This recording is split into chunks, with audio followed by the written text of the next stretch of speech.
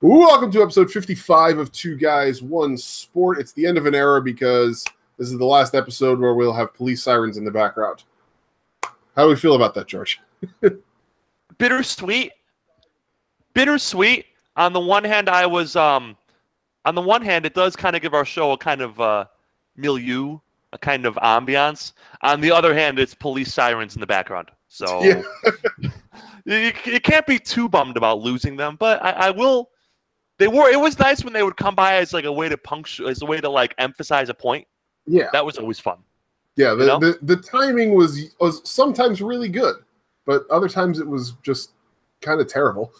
Yeah, but that's all right. But now we don't have them anymore, so we will. As of next week, we will not have them anymore. This is the last week where we might have them, or things like that, or things like the car for emphasis. Timing. It's wonderful. Oh, I love my job, or fake job in this case. I don't know if it's fake. I mean, we work pretty hard on this show. We do. I actually work harder on this job than I do my real job sometimes. Actually. No lie. That is the truth. Especially on like Wednesdays and Thursdays when it's like, oh shit, I got wrestling to watch. Yep. So. All right. So we've got some New Japan on tap. We've got recaps for a recap for Strong Style Evolved and a preview of Sakura Genesis. And then we are continuing our Mania weekend preview, primer, whatever you want to call it, with a look at some of the significant indie shows that are happening. And we're also going to have ourselves a little discussion, some of which will be humorous and some of which will be not, regarding the Louisiana State Commission for Boxing and Wrestling, because they made the news today in a couple of different ways. So we'll talk a little bit about that. But first, as always, we start with our matches of the week, and I'm going to start because you gave me a homework assignment. I gave you a homework assignment. Yes. And let it be known that because of this homework assignment, I now have not only this week, but the following 2 weeks worth of matches of the week already set. So thank you for that. Hey, I'm here to help. Yeah.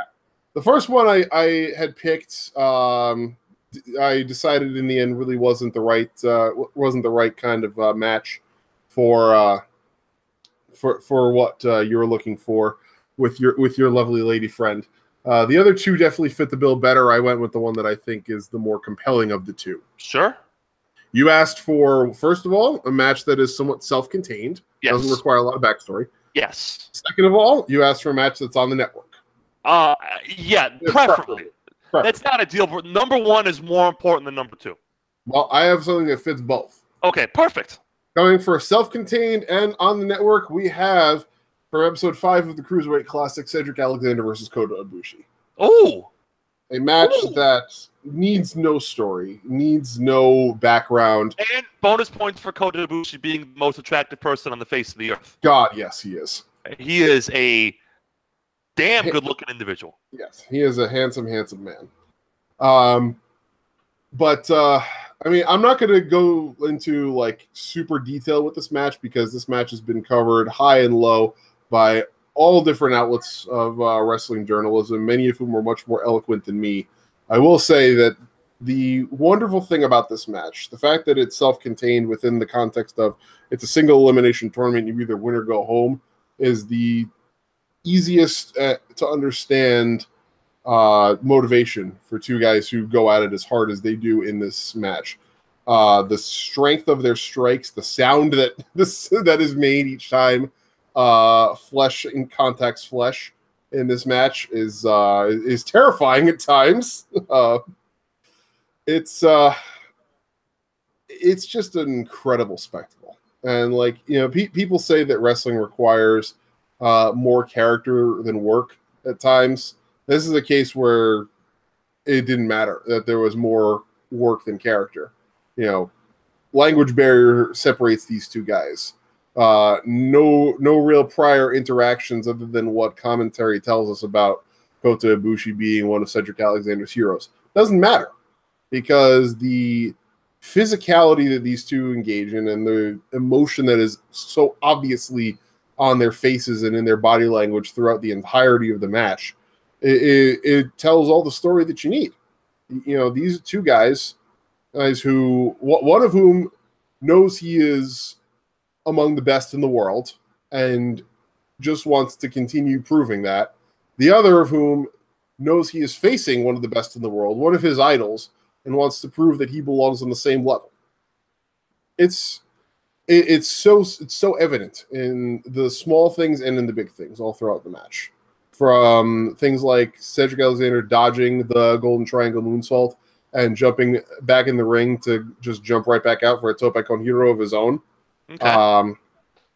Things like the what was it that he hit? I forget. I think it was a power bomb or a power slam of some sort. Goes for a cover. Coda kicks out, and Cedric gets right back up and just kicks him straight in the face again. Goes for a cover, gets a 2 count again, and then there's that famous picture of him where he's just like leaning against the ropes in stunned disbelief of that face. Like, I can't believe that just happened. What the hell?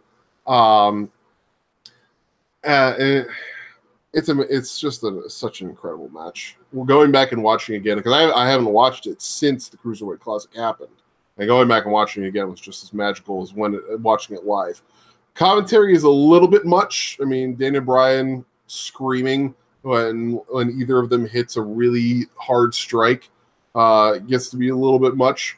But other than that, I mean, this is a great introduction to wrestling, and just in terms of it being an exhibition of it not just being over the top hammy characters. This is also a way to show wrestling also requires a hell of a lot of skill and a hell of a lot of intelligence and ability to execute and ability to work alongside a partner. Can't ask for better with this match. It's amazing. So that was my recommendation. That's a really good low-key recommendation, because A, it's a great match. B, it's what, like 18 minutes? Yeah. It's not some long-ass, drawn-out, blood war. Yeah. And see, it's a lot of cool flippy shit, but you still get a lot of the storytelling as well. That's a good low-key choice. I am thoroughly impressed. All right. It's almost like you know what you're talking about. Right? I know. Or at least you've been faking it this long. Yeah, I know, right? I'm really good at bullshitting. Yeah. You would never I approve. All right, cool. That's good. I gotta keep a note of that. I have to watch it. I haven't seen it since there. I should watch it again. Yeah. Maybe tomorrow on the treadmill I'll watch it. Because again, it's like 15 minutes is perfect. Yeah. Speaking of treadmill, I watched my match of the week on the treadmill. Okay. And my match of the week has also been thoroughly analyzed through every corner of the universe. So I'm not going to go blow by blow. My match of the week is the second of my own 3-part series of WrestleMania rematches. Mm-hmm. Last week we did Cena Undertaker, which was mediocre. This week we're doing a match which is much, much better. This week we're doing Roman Reigns versus Brock Lesnar at Mania 31. I did this as a previous match of the week myself. It's an excellent match. I'm eager to hear your analysis. Well, I watched the treadmill, so I didn't take shitloads of notes. Right. But you don't really need shitloads of notes. No. First thing about this match that I love, let me just give you my overall impressions. Okay. First of all, this is a 4 3/4 star match. I would have gone the full 5 if it didn't have a fuck finish. Yeah. And I think I've said that before on this show. Yes. And I'm obviously not Roman's fault, not Brock's fault, not Paul Heyman's fault, not Mike Chioda's fault, not even Seth Rollins' fault that there was a fuck finish. Yeah. But I cannot give a 5-star match or 5-star rating to a match with a fuck finish. I just can't do it. Yeah. No matter how great the match is, you need to have some sort of non-fuckery at the end. Yeah. Let's talk about what I loved. First thing that I loved, because I was in the treadmill, I timed it, 17 minutes door to door. And that includes the cash in and all the shit after the cash in. Wow. 17, because I was on the treadmill, they got a little timer in front of you. Mm-hmm. And the match started at exactly 23 minutes left in my routine. Right. And ended with like 6 minutes left. Wow. I mean, not the intros of the video, but like the bell ringing to the bell ring was like 17 minutes.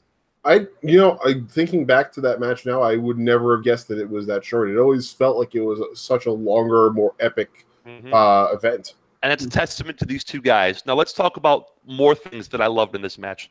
One, these two fucks stiff the ever-loving shit out of each other. Yeah, they did. First of all, the bell rings, they just go right at it. There's no standing around. There's no grapple. It's like Roman's like, fuck this. I'm charging Brock. And he punches him right in the face and he busts him open. Yep. Brock is bleeding bleeding within like 30 seconds of this match. He's got this big ass. Remember that welt under his eye? Yep. That big ass like mouse sitting there. Yep. And Brock just picks this guy up and he just starts throwing him around, and I'm in love. And the crowd's in love. And Brock looks like the Incredible Hulk. He's juiced to the gills. He's got traps for days. And Roman's gigantic in his own way, and he just keeps getting up. And Brock's just throwing him around, and he hits an F5 right away. He goes, German, or he goes, punch, knees, German, F5. And he hits the first F5, and the announcers are like, oh, it's over. Just like he did at SummerSlam. And then Brock sits there, and he stares at him, and which is the second thing I love. Chris, I don't know how many professional wrestlers listen to our podcast. I hope it's a lot of them, because we got good stuff. Yes. But if you are a professional wrestler, or you are a thespian, or you are anything in your life, and you want to be better at it, and it involves emoting, pay attention to the facial expressions that these two guys have. Because it starts with Brock being amused. Mm-hmm. He's like, this guy can't hang with me. Then it goes with Brock having fun. And then about 2/3 of the way, when Roman won't stay down, Brock starts to transition to being frustrated. Yeah. And then, about 3/4 of the way through, when Brock bleeds like a stuck pig when he gets bashed into the ring post, it goes from frustrated to scared. Yep. Without saying a word, except for the famous Suplex City bitch, which has been sterilized to hell, but that's how the WWE works. Yeah. Without saying a word, just watch the facial expressions. And Roman's facial expressions, in turn, from confident to overwhelmed, because he was overwhelmed early, the oh my God, I'm drowning face, to the stupidly determined. Yeah, that grin. That will never leave me. That moment where he's leaning against the corner. I think it was Jerry Lawler who said he's got more guts than sense, and that's perfect. Yeah. And then at the end, to resolute. Like, just don't.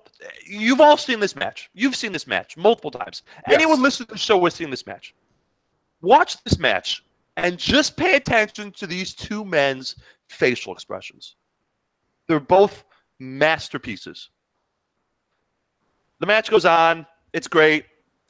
Brock's just beating the shit out of Roman, and every time Roman fires back, he just punches him right in the face. A lot of cool stuff. There's a great spot that I love where Roman was kicking Brock through the ropes. So Roman is on the outside, on the apron, and Brock is like, his stomach is on the middle rope because he missed a move, and Roman kicks him in the face to the point where he like busts his lip open because, again, these two guys were stiffing the shit out of each other. Yeah. And so he kicks him like 3 or 4 times, and Brock grabs his leg and pulls his leg into the ring, but he's still standing in the apron, and then just clotheslines this poor bastard. I remember that. And then he just flips over and dies on the outside. Yep. Dies. God, Chris, all I want in my wrestling is 2 big angry guys beating the fuck out of each other. And that's all this match was. Roman Reigns, top-tier seller. It was great. It was awesome. Brock, top-tier seller. Brock's bleeding everywhere. He takes that. He either does the world's grossest blade job or he gets busted open hard way through the ring post. Yeah. Right? And one way or the other. Either way. Nasty. Either way. You know, and he's just his blood's just dripping onto his hands, and he looks at his hands, and he's like scared. He's scared, right? The beast has been hurt. And Roman just starts spamming these Superman punches. And every time he hits one, he hits like 4 in a row. Yeah. Every time he hits one, Brock goes to one knee, but he gets back up. He uses the ropes to get up because he's the fucking Hulk. And the Hulk don't stay down. I remember after like the second one where he like goes down to a knee and then just like staggers. Yeah, like to the ropes. Zombie. Roman spears him, right? The last bit of desperation, Roman spears him and he's down. And both men are down for like 3 seconds. But fucking Brock gets up first because he's the fucking Hulk in this match. And Roman is okay. Did you see Thor? Did you see the last Thor movie? Ragnarok? No, I did not. Yes. I did not. Spoiler alert, if anyone cares. Wait, are you talking about the one that was just in theaters? Yeah, like 2 years ago, or like a year ago. Okay. Yeah. Where the Kate Blanchett's in it as the antagonist. Yeah, no, I didn't see that one yet. Okay. Are you gonna see it, or do you want me to talk? Do you care if I talk It's fine. about it? Just talk Okay. about There's it. a scene. There's a scene where Thor and Hulk are fighting in an arena, Yeah. and Jeffrey Goldblum is like the ringmaster, and he's so over the top. It's great. And Hulk doesn't know that Thor is his buddy, and so and that's what this match was, right? Roman Reigns is Thor, like grabbing stuff and throwing it at the Hulk, like in the arena, like seats from the arena, like banners and shit. And Brock is Hulk just marching forward and throwing him all over the place. Yep. Like that's what this match was. It was great. So he hits a spear. Brock gets up, dead, but he gets up somehow. Goes for another spear, but Brock, because he's an agile bastard, goes for Superman punch. Brock catches him out of midair. I remember that. Hits him with another F5. And that's when you get the cash in. Yeah. This match is so great. I mean, here's the best part of the match. My favorite part of the match. You ready? I read this. I don't know where I read this. I was either on Voice of Wrestling or in an old Observer or on the Torch or something. I don't remember. Apparently, after Rollins cashed in and he ran out and he did the thing with the belt, he swings the belt, that image. Mm-hmm. Both Roman and Brock laid there for 10 minutes to sell the match. Yeah. Or maybe they weren't selling. Who the fuck knows? But if you want to see, I'd forgotten how great this match was. One final testament to this match. So I'm on the treadmill, right? Mm-hmm. And you know how the treadmill has a little heartbeat gimmick thing? Yep. I'm at like 160 beats per minute watching this fucking match.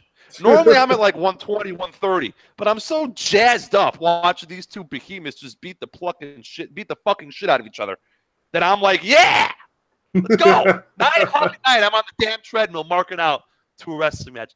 This match kicks ass. It's so good. It really is. And I hope we get a match this good in New Orleans. I hope so too. So that's the match of the week.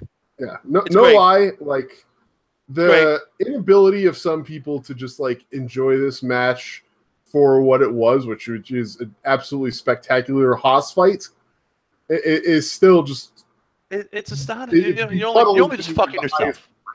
Like, I mean, I told Bex this. I told Philip this on our show. Mm-hmm. Roman Reigns is not as good as his biggest fans say he is. He's not as bad as his biggest detractors say he is. But that's everybody in the world.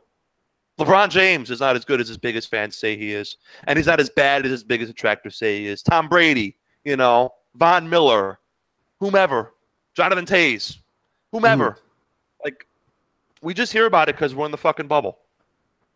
Yeah. We talk about bubbles, right? We're in the bubble. Is he as great as his biggest fans say he is? No. Is he as bad as his biggest detractors say he is? No. Can I say that about anybody in the world? Yes. Yeah. Is he a damn fine professional wrestler? Yes. Mm-hmm. Like, I mean, at this point, you want to not like the guy? Great, fine, whatever. You want to like the guy? Great, fine, whatever. But if you're watching this match and you don't love this match, then I don't know what to tell you. Yeah. That's my only solution here. I don't know what to tell you. Like, this match is everything. This match would be right at home in any big New Japan show that they have put on in the past 5 years. Yeah. If you took this match and you transported it to Sakura Genesis or to Wrestling Dontaku or to Invasion Attack or to the G1, this match would not be out of place at all. Not at all. Not at all. So I don't understand what the fucking fuss is. So, all right. Great match. Go watch it. It's good. And Yes. it's like short. Well worth the viewing time. Short. 100%. I should use this match. This match is good. This should be good. This match I should show Katie. Because, like, you don't need to know anything except that the crowd doesn't like the guy with the tattoos. All I did tell her is that the guy with the long hair and the tribal and the arm and the sleeve tat, no one likes him. That's all you know. And then by the end of the match, everyone likes him. So, because it's a good match. Yeah. All right. That's that. Yep. I've been waxing poetic about this match for far too long, but it's still pretty great. I was going to take some time to address that idiotic article that Pro Wrestling Torch Don't bother. put out, but For one, Bother. it's not worth the time, and for two, Tiny Rogers did a much better job of eviscerating them last night on Wednesday Night Shooting. So if you didn't catch last night's Wednesday Night Shooting, go watch it and listen to Tanya put them in their place, because it's well worth the watch. It's well worth the listen. Tanya does a great job of that. She is excellent at putting people in their place. Let's talk New Japan. Sure. And we'll talk about this past weekend's Strong Style Evolved event that took place in Long Beach, California. You watch this show? I have not watched it yet. I have not watched it yet, but I have seen the results. I have seen the results. I had a couple of clips. I haven't honestly. Packing boxes. That's all I can say. Oh, yeah, packing boxes. Like when I finally get moved in this weekend to my place, I'm gonna have so much stuff to catch up on, and this is one of them. And like, what I might end up doing is after the movers leave on Sunday, because the movers are coming on Sunday. They're getting to my place here in Brooklyn at 9:00, and they're taking all my furniture and bringing it over to New Jersey, and they'll hopefully be done by noon. If they're done by noon, that means that I only have to pay what the estimate was. If they're not done by noon, then it's another $150 that I have to pay, which sucks. Oh, God. Yeah, $150 an hour for movers. Pretty intense. But yeah, so once the movers are done, I think what I'll do is I'm just gonna boot up Strong Style Evolve, watch that, and then just go straight into watching Sakura Genesis, because Sakura Genesis is happening this Sunday as well. So we'll get to that in a minute. Sakura Genesis is like 4 a.m. Sunday, right? Yep. So yeah, that will be well worth the watch as well. But we'll get to that in a minute. Let's talk about what happened at Strong Style Evolve first and foremost. I only saw 2 of the matches. Yes, Matt. Yes, I am moving to Jersey. Don't give me that sad face. New Jersey is not a bad place. New Jersey is wonderful. Anyway, undercard stuff. Nothing really of note to talk about. This was basically a juiced up Cork and Hall Road to X show. Yeah. And, like a Road to Invasion Attack or Road to Power Struggle. They have those Cork and Hall shows where it's like a bunch of tag matches, singles matches, and they're fine. But there's a reason we don't break down the results on this show. Yeah. Like they're fine. They're not bad. They're not good. They're fine. This was basically like a better one of those until the main events. The one that is worth noting, Cody and Marty Scurll did defeat the Guerrillas of Destiny. So no telling what that will cause in terms of the outcome of this Bullet Club schism that is ongoing. Will Ospreay also defeated Jushin Thunder Liger, so the torch has been passed. I would hope that this is the torch has been passed moment. Mm-hmm. Which good is match, by the way, real good match. Yeah. Will Ospreay, good at wrestling. Who knew? Breaking news. Breaking news. You heard it here first on this show on March 29th. Will Ospreay, good at wrestling. Who would have guessed? Yeah. No one else will give you that kind of analysis, Chris, but me. Not even me. I won't even say that. I mean, I'm out on a limb there, Then Suzuki Gun, Minoru Suzuki and Zack Sabre Jr. defeated Kazuchika Okada and Tomohiro Ishii of Chaos. My only quibble with this match was Sabre should have tapped out Okada. He tapped out Ishii instead. Which we've seen before. You want to really convey the threat that Sabre can win this match, you have him do that little napalm bomb shit or napalm death, whatever he calls it, to Okada. In the middle of the ring, right there in front of 5,000 people, and you have him tap the fucker out. Mm-hmm. But they protect the shit out of Okada. So, I get it. I mean, there are some people that they haven't protected him for, like the Sonata, the lead up to the Sonata Okada match. Sonata got some good. And New Year's Dash. Yeah, not New Year's Dash. New Beginning. New Beginning. Yeah. Well, I'm saying the build up at New Year's Dash. Yes. When Naito just threw Okada to Sonata like a gangster. Yeah. So he's like, here, you take care of this guy. And he put him in the skull, and then he was dying. Yep. Yeah. That was fantastic. It was a hell of a moment. Yeah, it was. Jay White defeated Hangman Page to retain he retained the IWGP United States Heavyweight Championship match. Or the IWGP United States Heavyweight Championship. Yeah. In this match, he won. And then this is one of the 2 matches I saw. Remember I told you it intrigued me? Yes. They put these guys in a position to fail, and they may have failed. Maybe it failed. This match was technically fine. There wasn't any heat. The only time all night the crowd didn't care was the first 3/4 of this match. White's, I'm still on the Jay White bandwagon. You know. Yeah, I am too. I am too. I think I like his subtlety. You watch how he moves. You watch how he strikes. You watch how he dodges. It's all real subtle the way he conveys his character. Yeah. I think it's going to take him a little bit more time to get his sea legs and find himself. I mean, you remember your boy Evil was kind of floating around doing nothing for like a year until it clicked. And sometimes it clicks overnight. Yes. You know? Absolutely. I like this match a lot. I'm probably the only one. I thought it was, again, Paige was bumping like a madman, which always makes me happy. I'm sure I will like it when I watch it, but I like this match a lot to like 3.5. I don't like this match a lot to like 4.25. You know what I'm saying? Like let's not be crazy. 3.5. It's well worth watching, but it's not making your match of the year top 10. You know, it doesn't mean it's not a bad match. It's enjoyable. For the semi-main event of a New Japan show, though, it felt kind of lacking. Like they have set the bar so high through the past 5, 6, 7 years that for a semi-main to be this underwhelming early and have this little heat early in front of a crowd this hot is not good. Yeah. It doesn't stack up to other semi-mains of recent memory. Not at all. That's for sure. Yeah. Very reminiscent to Evil Goto, to be honest.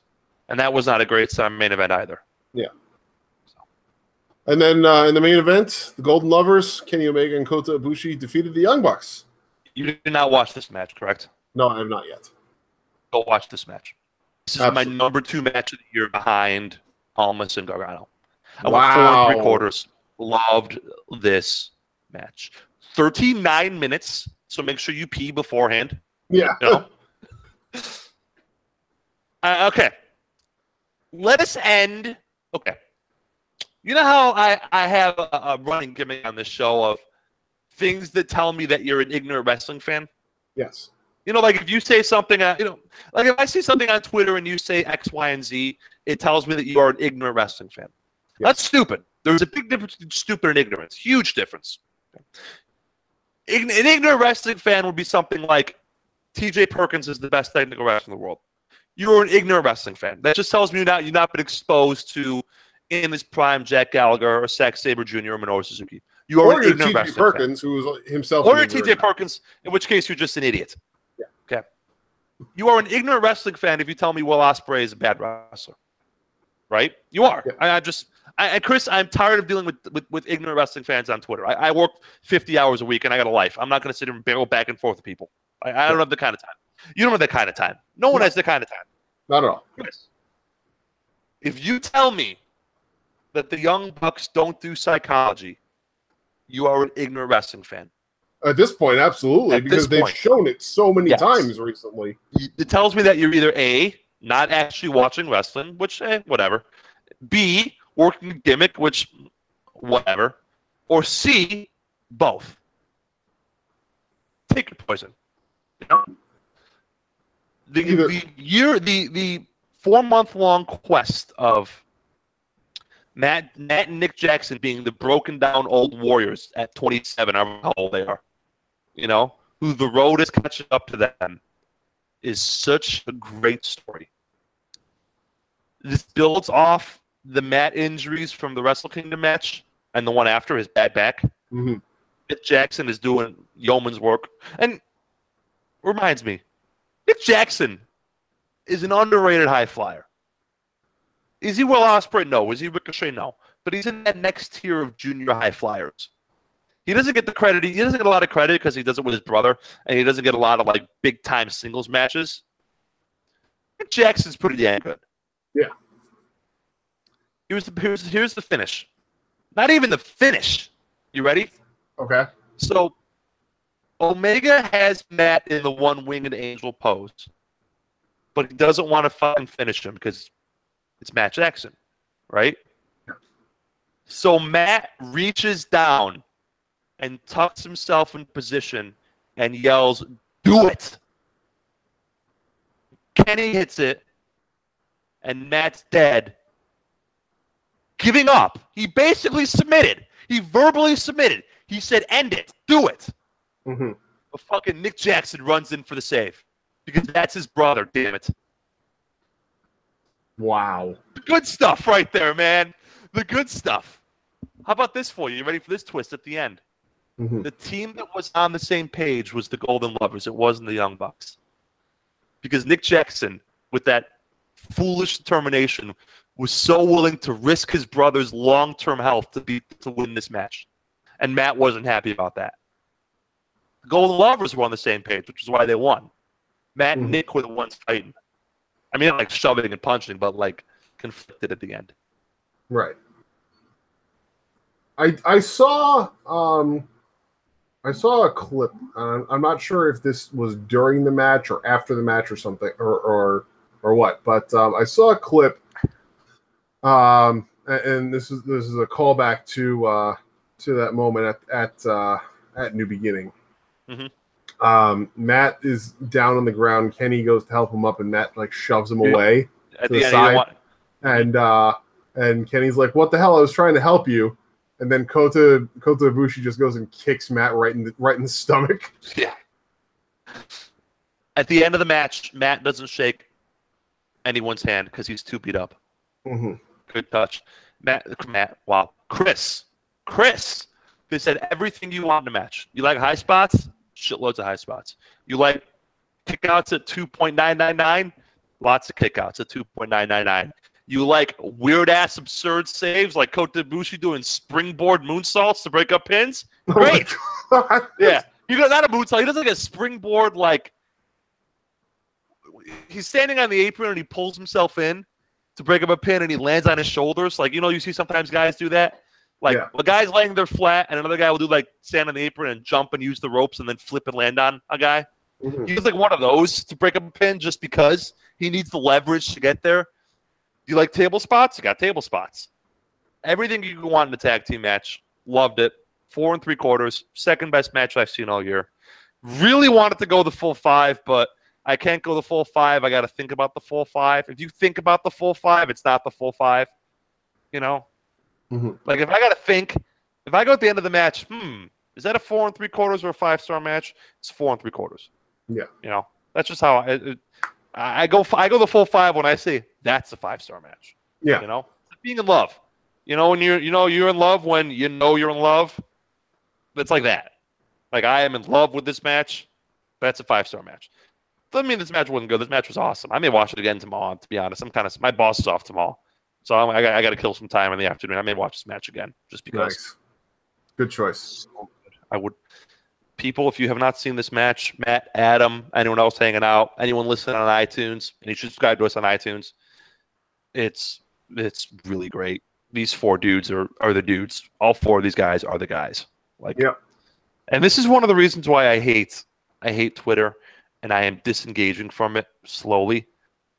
Is that everyone has their corners, and this is not just indicative to these 4, and this is not even indicative to wrestling, but I want to talk about wrestling Twitter. Why I've been disengaging from wrestling Twitter, because like a year ago I would just let's go back and forth for hours with people. Yes. I don't like the current trend of if you didn't love something, it must suck, which is bullshit. And I don't like the current trend of people who are not willing to admit that they were mistaken about something as new evidence comes to life. Mm-hmm. And that's not just a wrestling Twitter thing. That's just a Twitter thing. That's just a people thing. And I'm not thrilled about the trend of, these guys don't know what they're doing. They're risking their life, right? And I'm not thrilled about the trend of everything having to be framed as pro or anti something. Like, if I like this match, does not mean I'm anti WWE. And if I am pro WWE, that does not mean I had to dislike this match. And it's just, there's so much random bullshit polarization on wrestling Twitter. Like, it's not something I want to be a part of at the moment. You know what I'm saying? Yeah. Like, can't we just watch matches and like matches? And can't we just watch matches and dislike matches? Not everything needs to be some grand opera. You know what I'm saying? Let me take a moment here and Sure. let me expand on that point a little bit. Wrestling Twitter is a cancer in this fandom because 95% of it spends more time focusing on the things they hate instead of the things they like. And that's stupid. That's not a way to live. Let me give you a bit of advice, man. And this is for everybody. And I'm not just talking to you. You don't have to engage. Mm-hmm. If someone comes out there and says something stupid, be like, "Oh, you're wrestling ignorant. You're sports ignorant. You're whatever ignorant. You're comic book ignorant or movie ignorant or whatever," and move on. You know, like it's just there's so much. You know, we talked about this with a friend of the show, Don Sell, Nut Job Wrestling Twitter. Yeah, we talked about the WrestleMania matches that may or may not make the pre-show, and I mean it's no skin off my back. I don't give a shit. But like Nut Job Twitter is just like, what are you doing all day, people? Don't you have jobs, lives, livelihood, well-being, family members, dogs, cats, anything, rather than just being outraged all day? I'm outraged all day. I readily admit that I sometimes get a little bit more engaged in things than I should. But you're absolutely right. At some point in time, you have to disengage from this and focus on things that are happening in the real world outside of your freaking outside of your bubble. That's it, right? That's it. So I don't know. Like the people going after this match because the Bucks are spot monkeys who don't care about their well-being. Like, what are you doing? The people going after this match who don't like it because Kenny and Kota are gay. What are you doing? What are you doing with your life? What are you doing with your livelihood?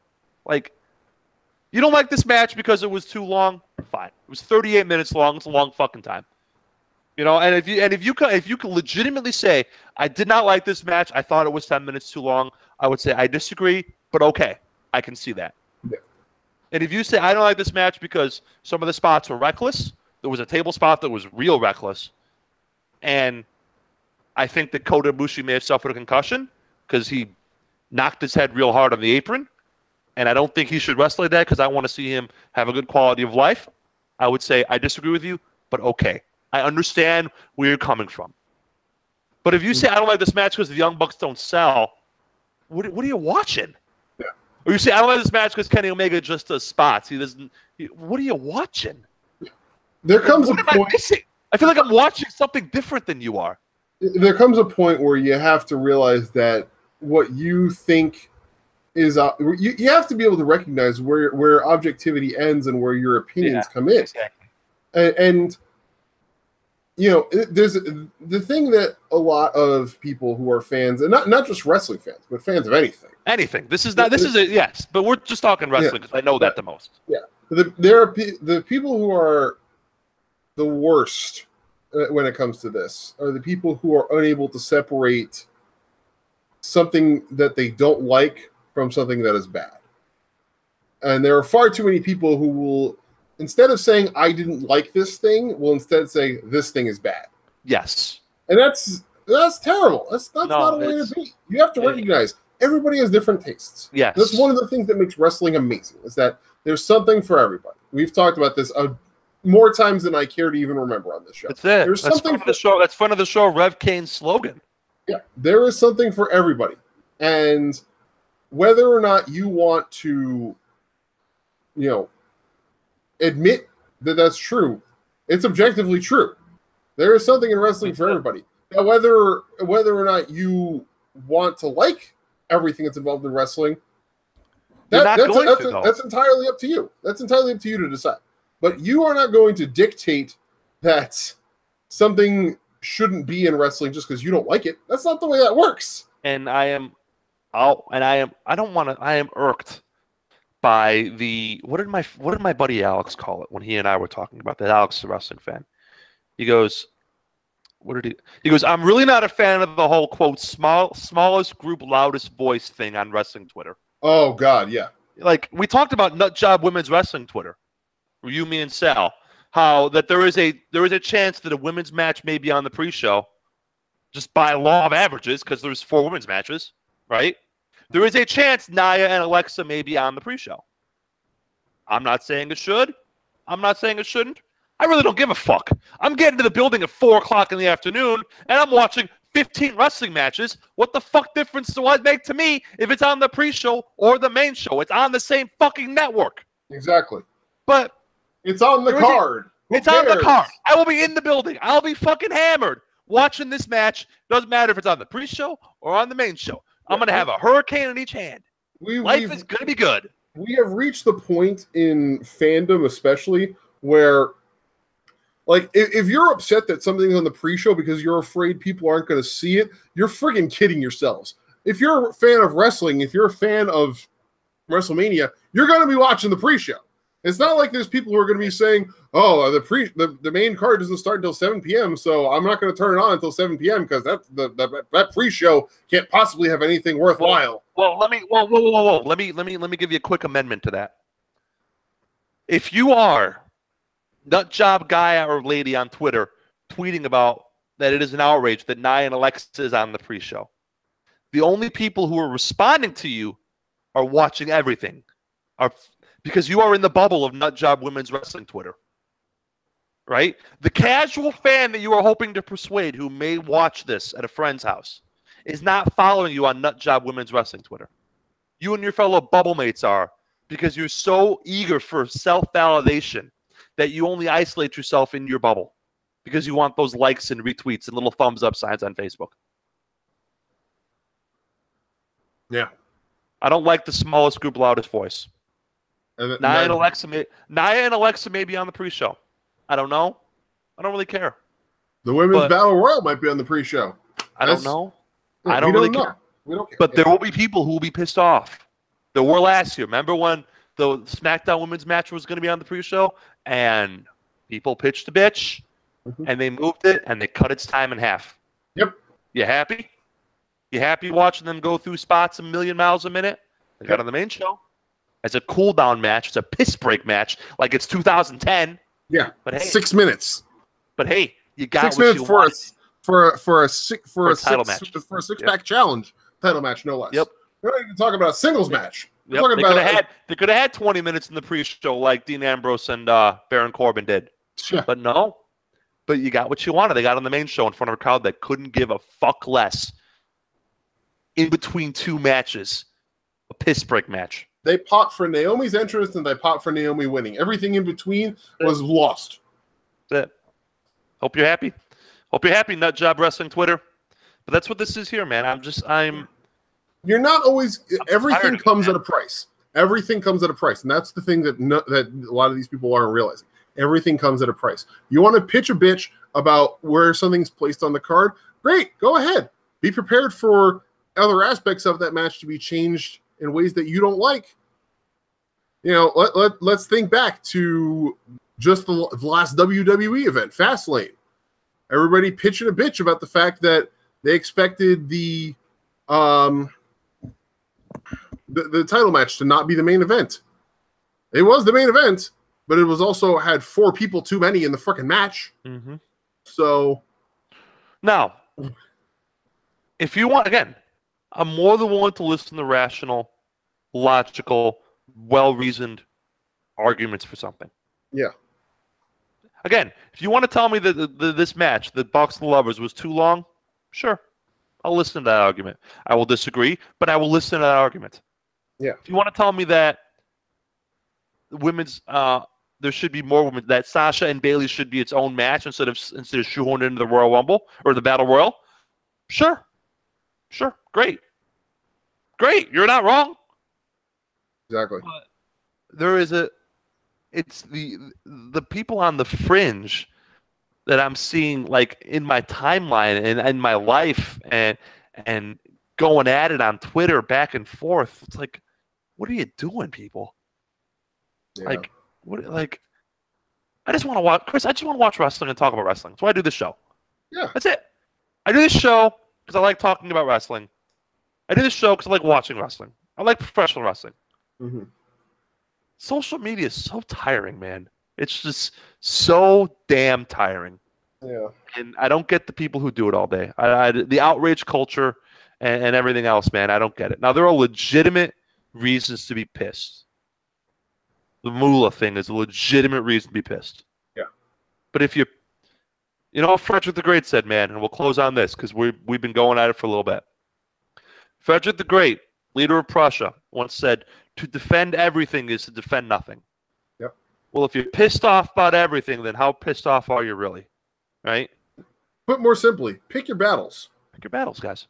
Pick your battles. Yeah. Be pissed at the big shit. Be pissed at Moolah. The big shit. Yeah.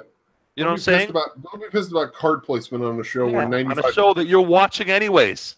95% of the people who you're worried about will be watching the whole thing anyway. Yeah. All right. And that 5%. Sorry about that tangent. That 5% that won't be watching the pre-show at home, they're not going to be tuning in for most of the rest of the pay-per-views during the year anyway. No.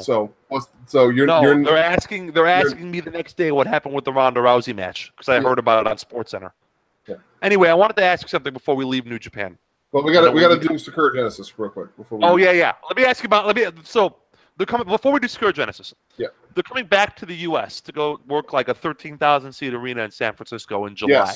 Yes, they did. Yes, they announced that. This Kenny Omega may have a broken orbital bone. We're not 100% sure, right? Rey Mysterio may or may not be around, right? He may be in the WWE. Let me ask you a question, Chris. Chris Jericho has been MIA since New Year beginning, right? Or New Beginning. Yes. Or New Year's Dash. MIA. Has not been seen, has not been heard from, has not been mentioned on New Japan programming. Naito has not brought him up. He might as well be a big ghost. So we have no Jericho, potentially. No Omega, potentially. No Mysterio, potentially. How the hell are they going to fill this building? Isn't this in July though? Yeah, but Mysterio may be with the WWE. Yeah, but I mean, an orbital bone doesn't take 4 months to heal, or 3 months. I don't know. Elgin had his, and he was out for like 2 months, 2.5 months. Evil has his, and he's been gone for a month already. True. 6 weeks. Right? I mean, Austin Aries had it too. He was gone for about 2 months. So I am cautiously optimistic that Omega will be back in time. Well, because I think if you have this show and you're New Japan and you can book this show to your heart's content, I think Naito Jericho is a lock. I think Mysterio Ospreay or Mysterio Liger is a lock, and then Okada Omega is a lock, and then you sell 15,000 seats.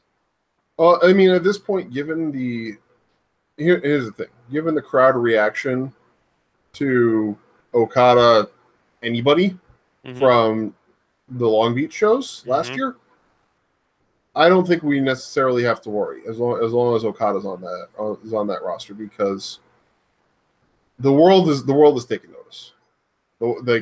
We are past the point of having to worry about people not being familiar with Kazuchika Okada as the number 1A guy in New Japan.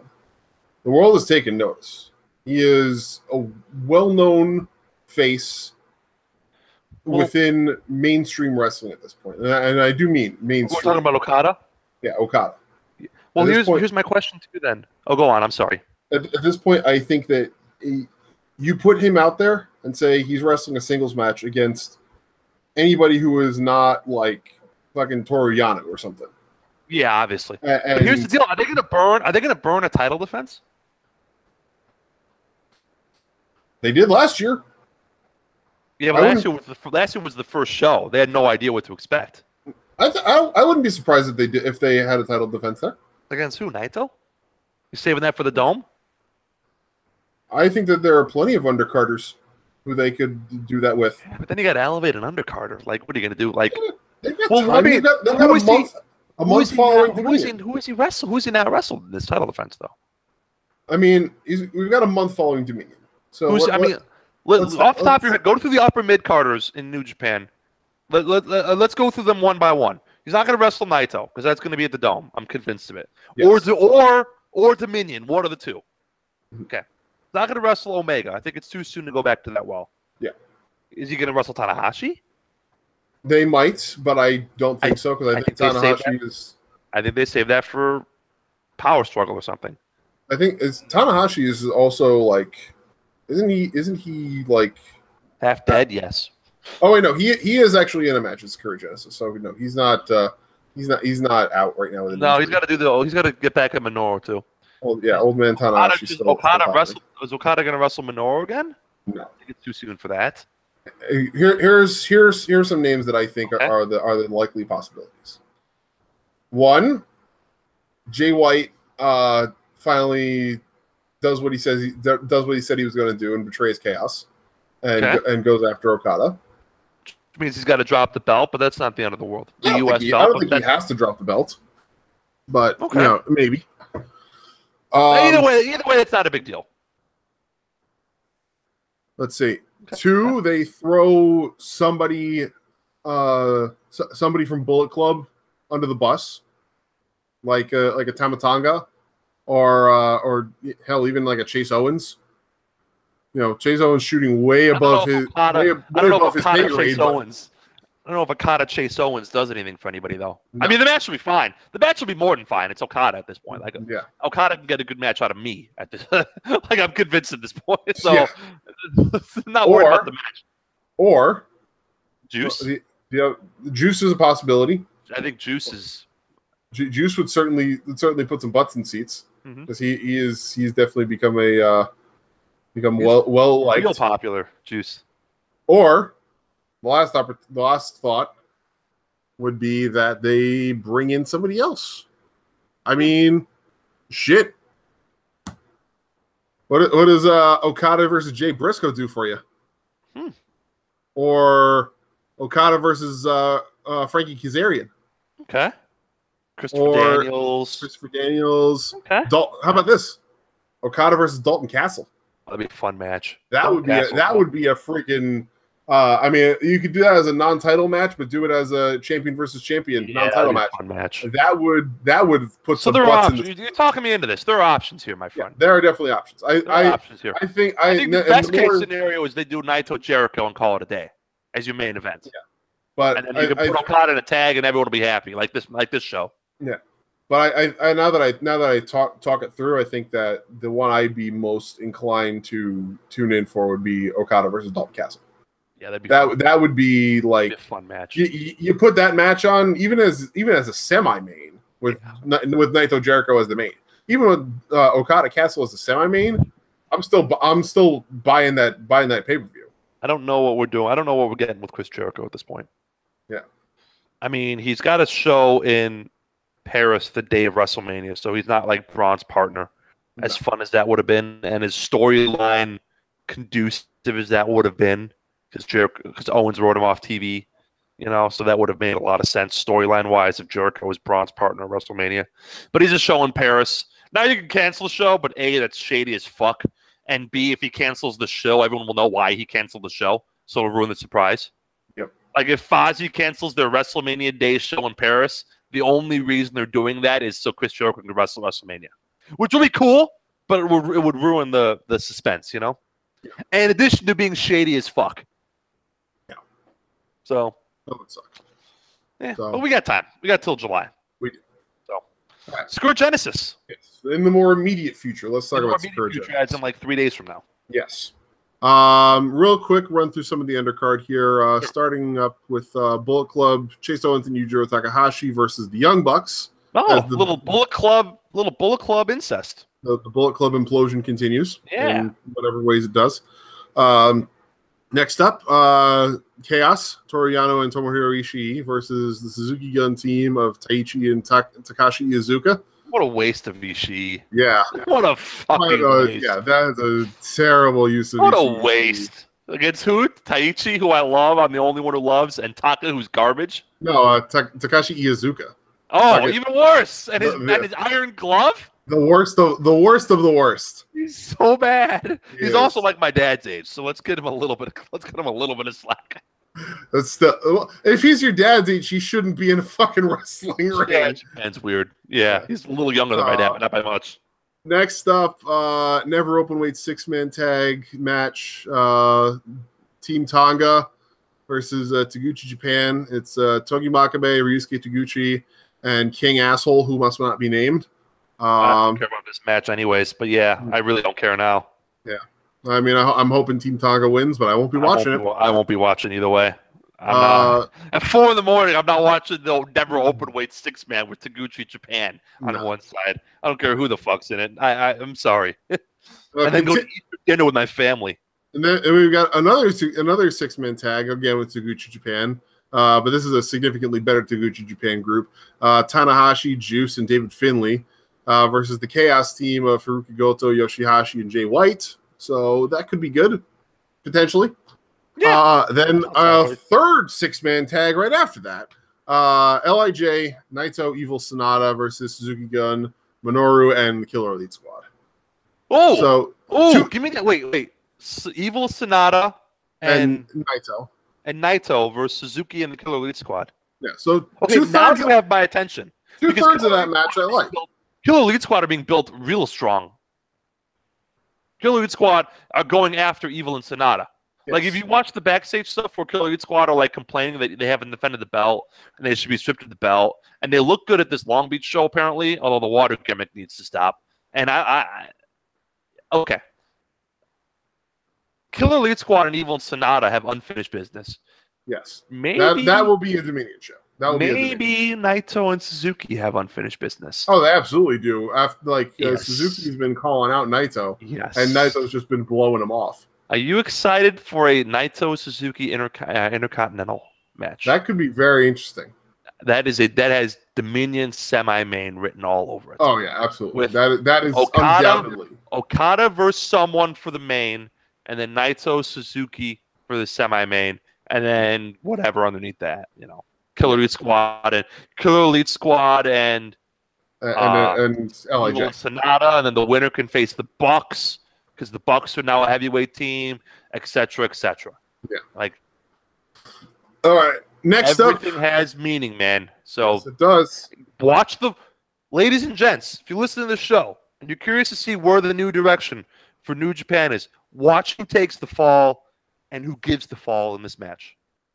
That will tell us a lot. Because if it's like Lance Archer pinning Sonata, you know what I'm saying? But if it's Suzuki tapping out Naito, well, that's a whole different ball of wax. Yes. Or something. That is everything matters, Chris. It does. All the pieces matter. The story always goes on. Yep. Next up, we've got a 3-way tag team match for the Junior Heavyweight Tag Team Championships. We've got this is a 3-way. The Suzuki Gun team of Desperado and Yoshinobu Kanemaru versus LIJ, Hiromu Takahashi, and Bushi versus Roppongi 3K, Sho and Yo. I hate that this is a 3-way. This should be a one team versus one team. Yeah. Or at the very least an elimination. But yeah, I mean, if they have to do the 3-way, make it an elimination match. Yes. Because I don't want another fuck finish like we had at fucking whatever the last show was. What was the last show? One of the was it a New Beginning? No, it wasn't. It was the March show. What was it? I don't even remember. New Japan? No, it wasn't New Japan. No, it wasn't the Cup. Whatever. I know what you're saying though. Yeah. It might have been one of the New Beginning shows. I honestly don't remember. But either way. Yeah. Just something that doesn't allow for there to be another stupid finish with whiskey and green mist and all that shit. Yeah, let's not have that again. Yeah. Next up, singles match for the IWGP Junior Heavyweight Championship: Will Ospreay versus Marty Scurll. These two have awesome chemistry. These two have not had a bad match, and they've had like 10 of them all over the world. Yeah, expect this to be very good. Yeah. I know you're making not really thrilled with as of late. The Kevin Owens screaming gimmick, also not really thrilled with as of late. Maybe just don't like random guys randomly screaming things. Like Kevin Owens just yelling at the top of his lungs, and Will Ospreay yelling at the top of his lungs. Not happy with either of them, but so it goes. Yeah. They'll figure it out. Yeah. They're both Owens and Ospreay are good enough that they'll figure it out. Yes. Well, I mean, Ospreay better than Owens at this point, but that's besides the point. I'm still waiting for that great Kevin Owens match in the main roster. Yeah, still waiting. I haven't had one in a year and a half. It's been 16 months since the Rumble match. You and everyone else that's not 16 months, guys. You and everyone else that's not a blind Kevin Owens mark. 16 months since the Rumble match, and that was because Owens is good at two things: getting the shit kicked out of him and using weapons. Yep. And Roman Reigns is Roman Reigns. Yes. So, your semi-main event tag team match: the Golden Lovers versus the Bullet Club team of Cody and Hangman Page. Okay. So, I like that Hangman Page is getting to dance with the big boys. Yep. And this will probably dovetail pretty nicely into what's to come the next week, which we will get to in just a minute. And then your main event, what is sure to be an absolute barn burner of a match. Oh, I can't wait. Kazuchika Okada versus Zack Sabre Jr. for the IWGP Heavyweight Championship. Christopher, percentage chance that Sabre Jr. wins this match? 0. Over under 4.5 stars. Over. Yeah. Easily. Guys, if this doesn't break the 4.5 plane, then somebody has either hurt themselves. If this is only a 4-star match, then it's a disappointment. Match. Yeah. If this is only a 4-star match, then I'm thoroughly disappointed. Yeah. So, I fully expect for Sabre to have Okada in Hurrah another year for a minute and a half. Yeah. And for Okada to be screaming in agony. I think Okada beats him with that Cobra Clutch. They've been trying to get that Cobra Clutch thing over for 6 months now. Yeah, maybe. But here's the deal: we talked about this last week, and I don't want to go back. But Sabre's a made man. He's gotten his button. Mm-hmm. He's a made man. Yeah. Anywhere in the world. Anywhere in the world, man. He tapped out 4 big time guys. He tapped out Naito. He tapped out Ibushi. He tapped out Sanada. He tapped out Tanahashi. He's a made man. And you know what? A year from now, when Naito needs a challenger for the belt, you just call up Sabre and call up the bullpen. Ring, ring. Hey, we need Sabre Jr. to have a 3-match series with Naito. Oh, wait. He already beat Naito. Oh, that adds a lot of drama to it. Yep. Bring him back. Make it happen again. I'd sign him full time. Yeah. They may have signed him full time. Who the hell knows? He's great. I love him. Surprised. Tanya, it's going to be on New Japan World. Everybody, actually. It's going to be on New Japan World. At 4 a.m. Tanya, 4 a.m. Central Time. Or 3 a.m. Central Time Sunday. Easter Sunday, 3 in the morning is when it starts. Yeah. So that's if you want to watch live. It will be available on the VOD immediately afterwards. Yeah, it'll be available. I would guess the main event starts, Tanya, 5:30 Sunday morning. So if you're up early, give or take, Central Time, 5:36. Yeah. And then it'll be over by 7, and the VOD will be up by 7:30. So if you just want to get up and stay off Twitter until 9, and then you can just watch it, you'll be fine. Yeah, absolutely. Or if you're up early like me anyways, and just watch it early. Yeah. Because I get up early because that's my life. Yeah. Fuck my life. I get up early on Saturdays and Sundays now. Yeah. Being old sucks. All things considered, it's better than how I'll be spending my Sunday morning, which is moving furniture. So yeah. There are always worse alternatives. True. You ain't wrong, my friend. Yeah. So that's New Japan, and now we're gonna transition into the continuation of our WrestleMania weekend primer. And we're going to the indie circuit to talk about some of the indie shows that are happening WrestleMania weekend. And oh boy, there's about 400 of them, Chris. Yeah, and we have a lot of great ones. So we're going to talk about a few of the great ones that are coming up. And we'll start right with our buddies over at the WWN. We're starting with Evolve, because we haven't talked about Evolve in quite a while. Mostly because I haven't been going to Evolve shows because I'm really bad. But, we'll remedy that. And then when they come back to New York next, we will definitely remedy that. So we'll start off with Evolve 102, which is going to be happening on Thursday, April 5th, 8 p.m. Central Time. We'll start with I'll go through some of the through it, and I'll give you some impressions. I'm not gonna. Oh yeah, we'll just run through the whole thing. Run the whole thing. Special attraction match: Austin Theory versus DJZ. Austin Theory really coming into his own. I am pleased with his development, even if he is like the most hated man on the indie circuit right now, because he's really good at his character. Yeah. Non-title special challenge match: WWN champion Keith Lee versus Darby Allin. Ooh, fun. How happy are Chance you? Darby wins this match. 0. That's okay. Chance that Darby comes like within inches of death when Keith Lee throws him halfway across the ring. Halfway across the world. Yeah. He's going to throw him across the Mississippi. Yeah. Like, throw him back to Georgia. yeah. It's gonna be bad, but it will be Darby. entertaining. It will be entertaining as fuck, though. Then we've got a tag team scramble. Rules being 2 in at a time, no tags needed. First fall wins for the Evolve Tag Team Champions. The Doom Patrol, the champions, Chris Dickinson and Jaka, versus The End, Odinson and Perro, versus James Drake and Anthony Henry, versus Tracy Williams and Dom Guarini. This is going to be insane. This is going to be insane. Spot City. That's okay. Indie Spot City. Yeah. Actually, no. This is not going to be a lot of indie spots. Because not with Thatcher in there. No, you're right. You're right. Well, no, not Thatcher. Not Thatcher. No. Timothy. I'm sorry. I heard wrong. I'm sorry. You're right. Tracy Williams. I mean, three out of the 4 teams in this match. Well, actually, no. It's 2 teams that are more technically based. Drake and Henry are more technically based, as well as Catchpoint, obviously. Williams and Guarini. Those are both technical guys.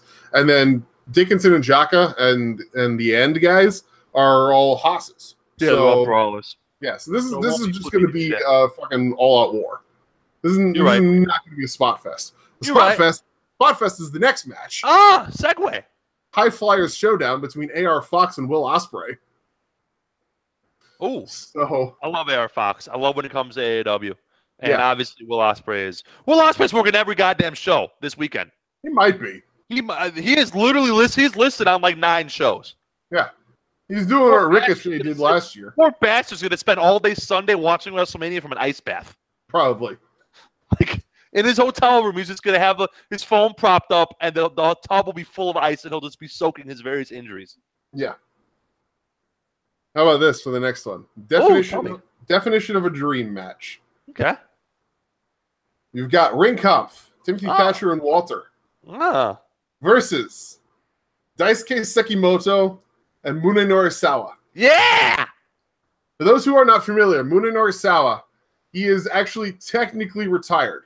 He was trained in and spent his entire career in the Battle Arts promotion in Japan, and basically became their standard bearer for the entire time that he was. It's like that pancrase shit, right? Yeah. Like Minoru Suzuki used to do? Yeah. Submission-based. It's like that weird half shoot, half work wrestling thing. Yep. Yeah. He was basically the standard bearer for the promotion. Also did work with Pro Wrestling 01. He held the NWA Intercontinental Tag Team and NWA Intercontinental Lightweight Tag Team championships in 01. And he's been around the world. He's he retired back in 2011, but he's coming back. WrestleMania weekend has turned from let's run back good matches to let's book weird shit that will be great. Yeah. And like when we talk about the WWN Super Show, it's a lot of the same thing. Yeah. And this bringing back Mune Norisawa and having him team with Daisuke Sekimoto, who is a fucking beast. Yeah. To face Thatcher and Walter is going to be amazing. I can't wait. And then your main event, Zack Sabre Jr. defends the Evolve Championship versus Matt Riddle. Okay. When is that? That's Thursday. Oh, I'll still be in Chicago.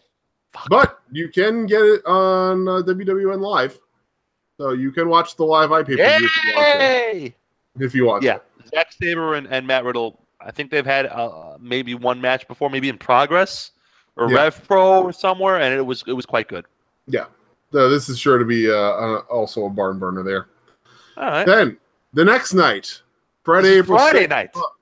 Afternoon. Friday afternoon. Okay. Is Evolve 101, right? 4 p.m. Evolve 103. 103. I'm sorry. Yes. Special challenge match to open the show. Tim Thatcher versus Dominic Guarini. Fun. Former Catch Point versus current Catch Point. That's going to be, if you like grapple fuck like our friend Rev Kane, this is a match for you. Agreed.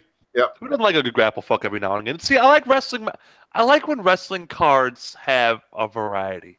Yeah. I don't like when it's like 4 hours of the same thing. But if you give me one like lucha style match, you give me one grapple fuck, you give me one Haas fight, you give me one crowd brawl, I'm a happy camper. Yep. And here's a complete clash of styles here in this next match. 4-way freestyle match. AR Fox versus DJ Z versus Jason Kincaid versus Tracy Williams. Huh. Yeah. 3 high flyers and Tracy Williams grapple fucking the shit out of all Jason of them. Kincaid is also he does a lot of gimmick work though. He's got that weird like spiritual guru, pseudo-religious kind of holy monk, like Rasputin meets Daslam from Street Fighter gimmick, and it's working for him very well. Yes, because he's done it. He's done it with the seriousness and gravitas a religious holy man deserves, without becoming just farce. Which I appreciate. Which is nice because it could have just been Farce City. Yeah, and absolutely. It would have been okay, but he has kind of lent it a sense of spiritualism that you don't see a lot of. You don't see the depth a ton on the indies that he has brought to his character. Yeah, he's doing good work with that. He is, and he also likes to like fall off things too. He's like, he's a great seller. Jason Kincaid is one of the best. Like throw his body into motion. Yeah. Next, we've got a non-title match: champion versus champion, WWN champion Keith Lee versus FIP heavyweight champion Austin Theory. This is going to be interesting. This is Austin Theory's proving ground here. When is this match? When is this show? This is Friday afternoon. Starts at 4 p.m. No, I don't even take off till 4:30. I'll never make it. Yeah. This is Austin Theory's proving ground right here. This whole weekend is Austin Theory's proving ground. Because he's been like he at this point he's basically the future of WWN. He is the guy who they are going to be building around. He's going to take that top spot within like the next 5 years. This match is going to really show, if he's got what it takes to hang with the big boys. Yep. And I mean that in the very literal sense because Keith Lee, as we all know, is a very large man. He's a very large man who is very, very good at his job. If you have a bad match with Keith Lee, it's not on Keith Lee. Not at all. It's not at all on Keith Lee unless he breaks something. Yep. And then we have 4 matches that are a 4-match series that is dubbed as Evolve versus the World. Get ready for these. Because this is insane. First up, Darby Allin versus Walter. Ooh. If Darby Allin didn't die the previous day to Keith Lee, he's going to die here to Walter. Oh, my God. Walter doesn't fuck around. We know that Walter doesn't fuck around. So, Darby's better be ready to either, pull a miracle out of his hat or fucking die. Because Walter will kill him. Next, one half of the Evolve Tag Team Champions, Jaka versus Munenori Sawa. Jaka is actually inspired a lot by the battle art style. So, and Sawa has watched a lot of Jaka's work. He watched the trilogy of matches that Jaka had with Zack Sabre Jr. last year, and afterwards said that Jaka would be in battle arts if it was still around today. So that'll be an interesting, that'll be a very interesting, comparison of if the old guard can hang with the new school here. This is still Evolve. Yeah, this is still Evolve. Your semi-main event. Well, the other half of the Evolve Tag Team Champions, Chris Dickinson versus Progress World Champion Travis Banks. Non-title match, but this is basically a sequel to last year's show-stealing tag team match from last year's WWN Super Show where Catch Point fought South Pacific Power Trip. So this is the sequel, but it goes into singles competition, and it's going to be excellent. Dickinson is, he hits hard. He doesn't relent, and Travis Banks is the ultimate underdog. So this will be a lot of fun to watch. And your main event, this is where you're going to get sad. Because your main event is Matt Riddle versus Daisuke Sekimoto. Oh, yeah. God, fuck. God damn it. Son of a bitch. Oh, man. I mean, I don't even need to say anything about that match. Yeah. Just the two names. I love wrestling. I love wrestling. I hate wrestling fans. I think we've learned that I hate wrestling fans and I love wrestling. Yep. I think that's the moral of this show. After our half-an-hour segue about why wrestling Twitter is a cesspool, I hate wrestling fans, but I love professional wrestling. Yep. And dumb shit like this isn't even dumb, and shit like this is exactly why. Yeah. Somebody's leaving that match being chopped to blood. I was about to say one person ain't leaving. Yeah. Yeah. One guy's leaving and one guy's dead. Yeah. Hell, both guys are dead. So. That's going to be a fun one. Let's talk about the show I am going to. Yes. Next up, Friday night. I'm landing at the airport, taking my bag, going right to this show. 8 p.m. Central Time, the WWN Super Show. Yeah, my flight gets in at like 6:45, so plenty of time to land, catch an Uber, and head to the show. Yep. We start off with a 6-man tag. Darby Allin, DJ Z, and Trey Miguel versus Austin Theory, Travis Banks, and Zachary Wentz. Excited to see Travis Banks in person. You will not be disappointed. Excited to see him in person. I've seen Wentz. I've seen AR Fox. You know, I haven't seen Austin Theory, but I've seen I've seen a few of the other guys in person. I'm excited to see Banks in person. Maybe even get an 8x10 for my collection. He's a lot of fun. He's always a good time. Next up, here's a match you'll enjoy. Matt Riddle versus Will Ospreay. Special main event. Main event of this. Yes. Cannot wait. Mm-hmm. Cannot wait because Will does his best work with people who are big who can throw his ass around. Mm-hmm. And Matt Riddle, big dude who can throw people around. Yep. Next, we have a Shine Championship match. Lufisto will defend versus Holodead. This is all I don't know. I know Lufisto. I don't know Holodead. Yeah. I don't know anything about her. I don't really know her work very well either. But, I mean, Lufisto's amazing. So, yeah. It should be a good match just because she's in it. I mean, if you've never seen Lufisto wrestle a match, go find some of her stuff. The woman does the best burning hammer in all of wrestling. Yeah, no, she's good. She's real good. I just don't know anything about her opponent. That's fine. Next, Doom Patrol, Chris Dickinson and Jaka versus Ring Kampf, Walter and Timothy Thatcher. Good. If Doom Patrol are still the Evolved Tag Team Champions for this show, then the Tag Team Championships are on the line in this match. I'd like to meet Walter if at all possible. Oh, yeah. I'm always curious, because I'm a big dude. I'm 6'4" and about 250. I'm always curious to see how big wrestlers are in real life. Dude. Like, Okada's like my height. Like, I was shocked when I stood next to the guy, and I'm like, holy shit, you're my height, dude. Walter is a behemoth of a man. Yeah, I'm curious to see in my own two eyes how giant of a man he is. It's not just the height. Like, that man has the biggest set of shoulders on him of any human being I've ever seen. Just a big old angry guy, huh? He is a monster. He is a literal monster. This sounds like my dad's kind of wrestler. Yeah.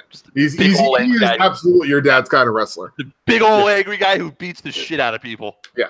Yeah. Right up my dad's alley. Dickinson and Jaka are gonna leave with, chests that look like they've been put through meat tenderizers once Walter's done chopping them. Nice. Yeah. Next up, if Zack Sabre Jr. This match is if Zack Sabre Jr. is still the Evolved champion, it will be on the line. Regardless, though, your semi-main event: Zack Sabre Jr. versus Minoru Sawa. Good stuff. Battle arts, baby. This is a grapple fuck dream. I'm excited for the show. Everything's different. We got a grapple fuck match. We got a Haas fight. The main event's gonna be like crazy as shit. Yeah. We got Will and Matt Riddle who can do all sorts of fun stuff. Yeah. Well, let's talk about that main event here. Let us. WWN Championship match. Possibly. No, he's not defending. He's not losing Darby Allin. So, yeah. Well, the Darby Allin match is a non-title match. So he is going to so he doesn't have any title matches before this. So this is a WWN Championship match. Okay. Keith Lee defends versus Daisuke Sekimoto. These two had an amazing match in WXW. And I expect this to be one of the best Haas fights in all of 2018. I'm excited. It's going to be awesome. I mean, I'm jealous that you're going to get to see Daisuke Sekimoto live in person. I've wanted to see him. I am very happy, my friend. Week from tomorrow. Yeah. Very exciting stuff. Okay, let us move on to the rest of Friday. Yeah. This is Friday, actually, yes. Good time. Good timing there. Yeah. We're moving over to Progress. Progress is running 2 shows on Mania weekend. First one, Chapter 66, Marty Graps. Get it? Because it's Mardi Gras, but Marty Graps instead. Ha ha ha. Jim Smallman's a funny guy. Yeah. Yeah. All right. They haven't announced all the matches, but here's what we've got so far. I'm going in order from what's been most recently announced to the oldest announcement. So announced just today. Will Ospreay versus Mark Haskins. Battle of the Angry Tiny Dudes. Yeah. That's going to be fun as hell. Next up, women's tag team match. Get this. You'll like this. Ginny and Mercedes Martinez team up to face Toni Storm and Shazza McKenzie. That's going to be a lot of fun. Yeah, well, excited for that. Ginny as the, shithead fashionista, and Mercedes Martinez. Mercedes Martinez as the badass enforcer versus ultimate underdog Shazza McKenzie and Never Say Die Daredevil Toni Storm. This match is going to have some hot fire to it. I'm looking forward to that one. Next up, we've got a triple threat match. Pete Dunne versus Flash Morgan Webster versus Mark Andrews. This may have potential title implications down the line. Not sure yet, but either way, going to be a fun one. Next, a tag team match. Ringkopf, Walter, and Timothy Thatcher will take on Sexy Star, Jack Sexsmith, and David Starr. That should be... Sexy Star is a lot of... Chris, what? A lot of, wait for it, star power in this match. No lie, though. Suck. You can say it. You can say it. That one did kind of suck, yeah. Yeah, it did. That's okay, though. Sexy Star is a lot of fun as a team, and that's Star with 2 R's there, not to be confused with the terrible person from AAA. Yeah. Who's like trying to be a boxer or something. Whatever. Yeah, let's not even bother to talk about her. Sexy Star as a team, David Starr and Jack Sexsmith, they work really well together. They have had some great matches in progress, and it'll be an interesting clash of styles to see how they match up against giant grapplers Walter and Tim Thatcher there. That should be very, very interesting. Tim Thatcher's also got himself quite the haircut, quite the grooming recently. He looks like a totally different guy in some of these promo photos. It's very interesting. Nice. And your main event, it's probably your main event. I mean, there's a chance it's not, but it's probably your main event. You're going to love this. Travis Banks defends the Progress World Championship against your boy, Shane Strickland. My guy. Yeah. My guy. Love Sugar Shane. Yeah. What is that? What time is that? That is it's Friday. Let me see what time the ticket website says it is. And of course my internet decides it wants to be I'll probably be in the plane. Yeah, it's Friday 12 to 3 p.m. Yeah, I'll still be in Chicago. That sucks. Yeah, that'll be a good card. Why? Definitely want to catch that on Demand Progress, though. Next year I'm flying out Thursday night. Well, yeah, because you're coming here. Remember? Yeah. True. You're coming here. You better fly out on Wednesday. I may actually, to be honest, I may do the most hipster thing in the world, and fly out Thursday and fly back Sunday morning, and watch WrestleMania from my house. Nice.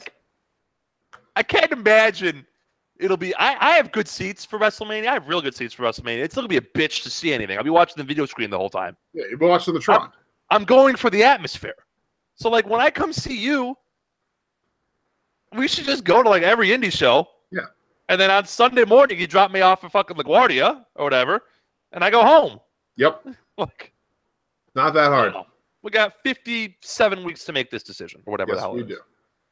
Yes, we do. Saturday, or you got more in progress? I'm sorry. Yeah, Saturday is the next progress show. Chapter 67. Bourbon is also a biscuit. Really? I don't know what Jim Smallman is going on, but bourbon, as in the drink. I guess I don't know. Bourbon is also a biscuit. Maybe bourbon is the name of some sort of brand of cookie in the UK, since cookies are called biscuits in the UK. I'll have to ask Georgiana on Twitter or something if there's some British joke we don't get. Yeah, Smallman did tweet out today that he named both of these shows and he was very proud of them. So I guess good for him. Right now we only have one match announced for this show. What do we got? This one match is enough of a selling point for you to want to go to this show. This is Saturday? This is Saturday. What time? Probably before the nightcap. The nightcap is Ring of Honor or NXT, right? 12 noon. 12 noon on Saturday. Okay. Progress Championship #1 contenders match. Okay. Walter versus Zack Sabre Jr. Oh yeah. Go buy your ticket. Yeah. I may have to be making I may have to call an audible and go to that show. Yeah. Yeah. There's a lot of wrestling's good. Wrestling is good to us, Chris. Yes. You know. So. Yes, indeed. Yeah, that's one match. That's it. And everything else will be good. Maybe like everything else on that card. Power Trip will be there. Yeah. And since they don't have a women's title defense on the Friday show, I'm sure that Toni Storm will be defending the women's title on Saturday. So that'll be a lot of fun. And speaking of women's wrestling, Shimmer 100. Holy shit, Shimmer 100. I know you're not as much of a women's wrestling fan as I am. This is all you, man. I'm ignorant here.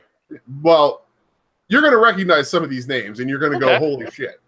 Okay. So, first up, Kimberly, the former Abby Lathe, makes her grand return to Shimmer following her brief stint in NXT. She'll be taking on Samantha Heights in her big return match. I'm sure that it won't be long before she's in title contention for something. Okay. Next up, we have a tag team match. Team Fire and Nice, Britt Baker and Chelsea Green, taking on Blue Nation, Charlie Evans and Jessica Troy. I'm a huge Charlie Evans mark. I've said her name a lot. She's amazing. And pay special attention to this one because this may end up being one of Chelsea Green's final indie appearances. I'm not sure when exactly. Is she going to the Fed? She's like, it's basically all but certain that she's going to be signing with NXT before the year is out.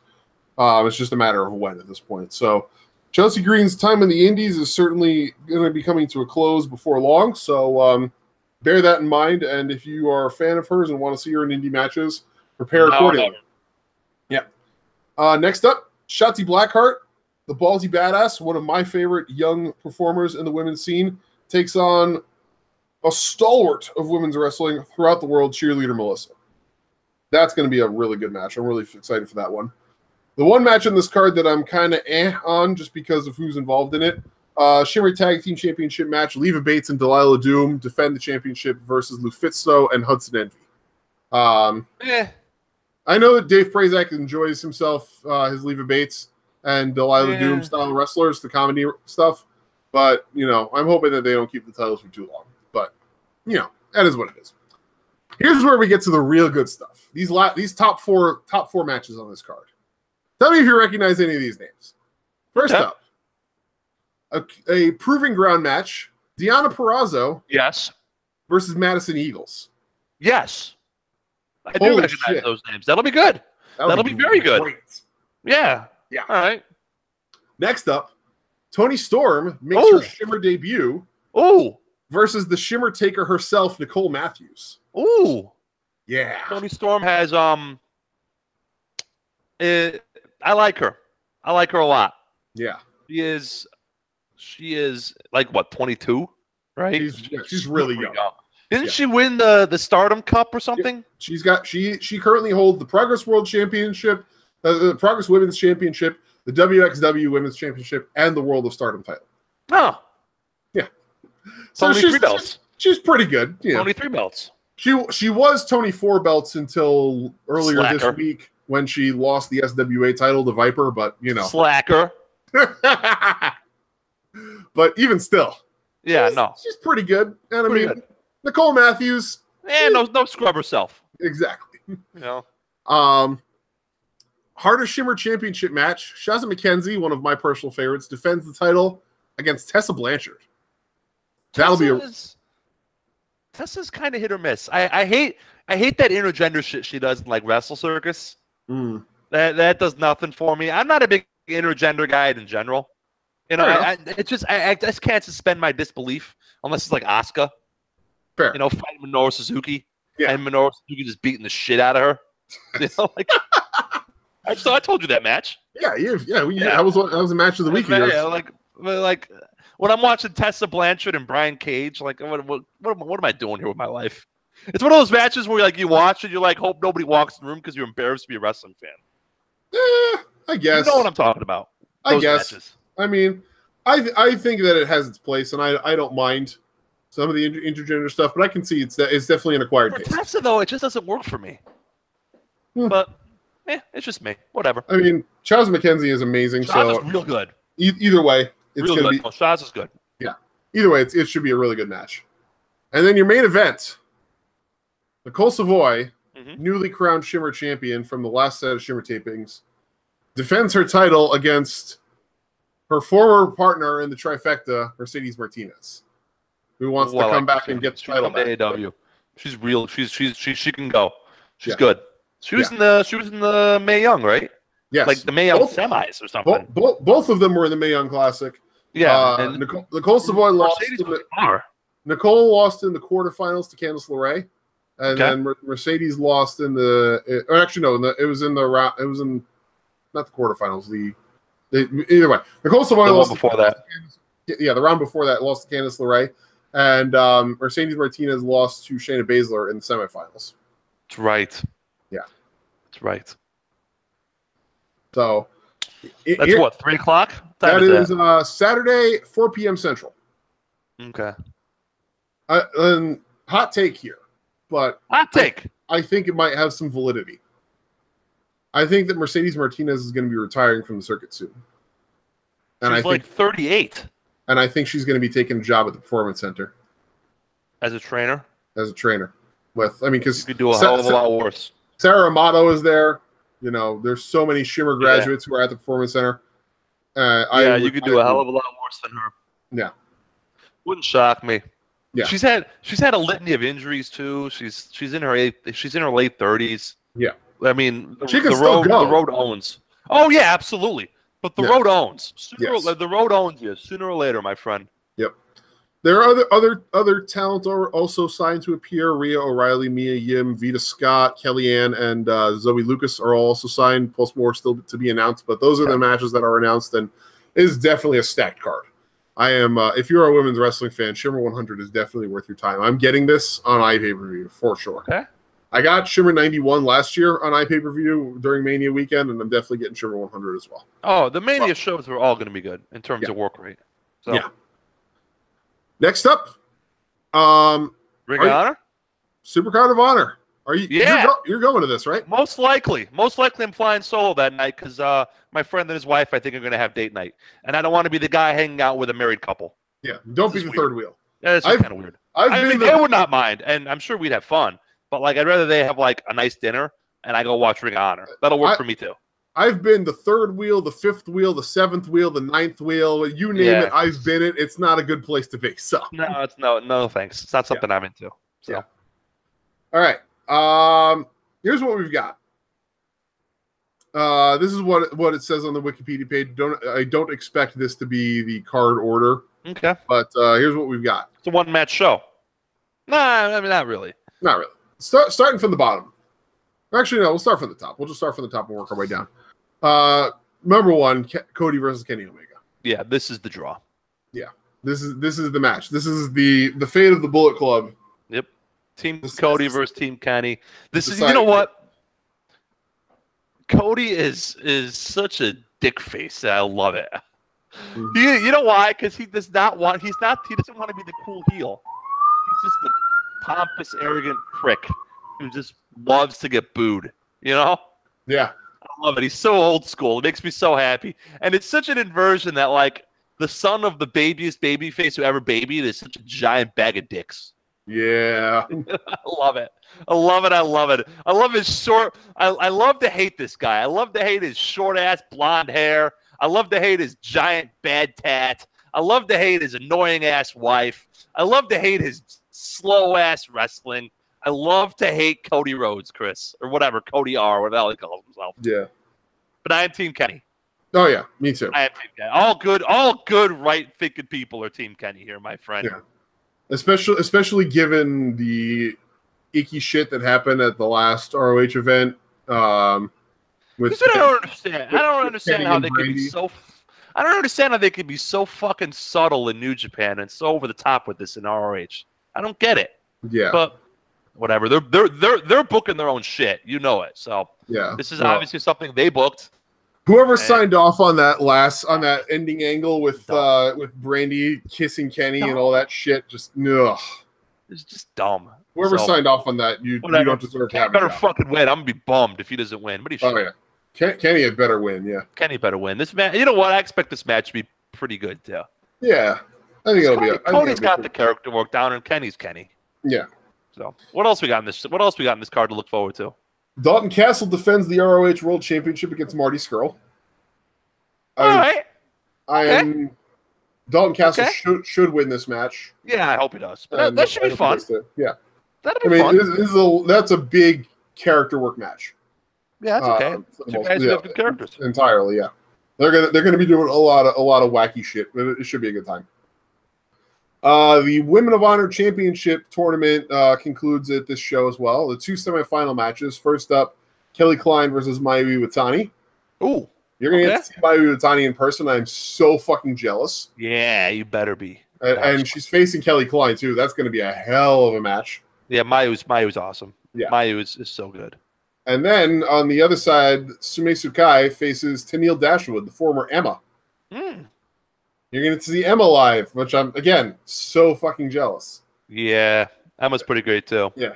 And obviously, the winner of those two matches, winners of those two matches. Emma and Mayu, you thinking? Yeah, I'm thinking it's going to be. No, I'm actually thinking it's going to be Emma Kelly. Oh, yeah, Tennille versus Kelly. And who wins? Tennille? No, I think Kelly wins it. Oh, okay. But nice. Tennille definitely will have the title before the end of the year. But I think Kelly wins it inaugurally. Okay. Because she's been there and holds it to like Final Battle. Like a long time? You think maybe like a Final Battle, or you think beforehand? I mean, obviously we're just speculating, but I don't remember what happens between now and Final Battle. But they got the show I think Final Battle would be a possible place where Kelly loses to Tennille.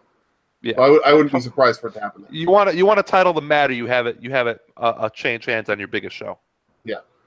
So. And Kelly is definitely more than deserving because, like I said, she's been there forever. Like since Women of Honor was a thing, Kelly Klein's been there. So I expect her to hold it for a while. Okay. Next up, singles match: Hangman Page versus Kota Ibushi. Really? Yep. Okay. Yeah. I like Hangman Page. Yeah. You've turned the corner on him.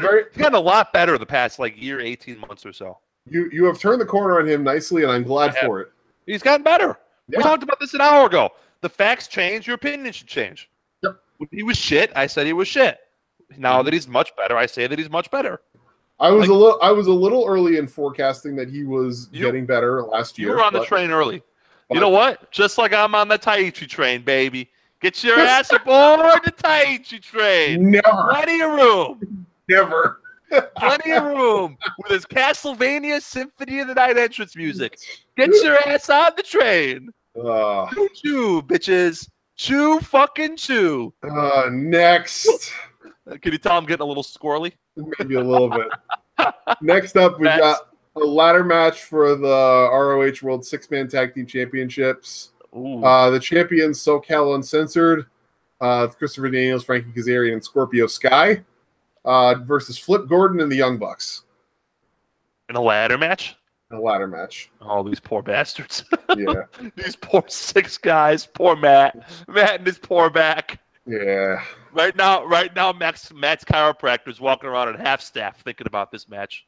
Yeah. And how it's paying for his kid's college fund. Right. Next up, A Haas fight for the ages, or maybe not. I don't know. Tomohiro Ishii versus Punishment Martinez. Punishment's no good. He's fine. Ishii's a great man, though. Yeah. Punishment. The problem is Punishment came of age when he was already too old to be doing what he's doing. Yeah, he's like 38. Yeah. They're like trying to push it and get as much out of him as they can while he's still able to do anything. But, like... Anything at all? Like walk? Yeah. Your ability to walk will be Handsome Jack's downfall.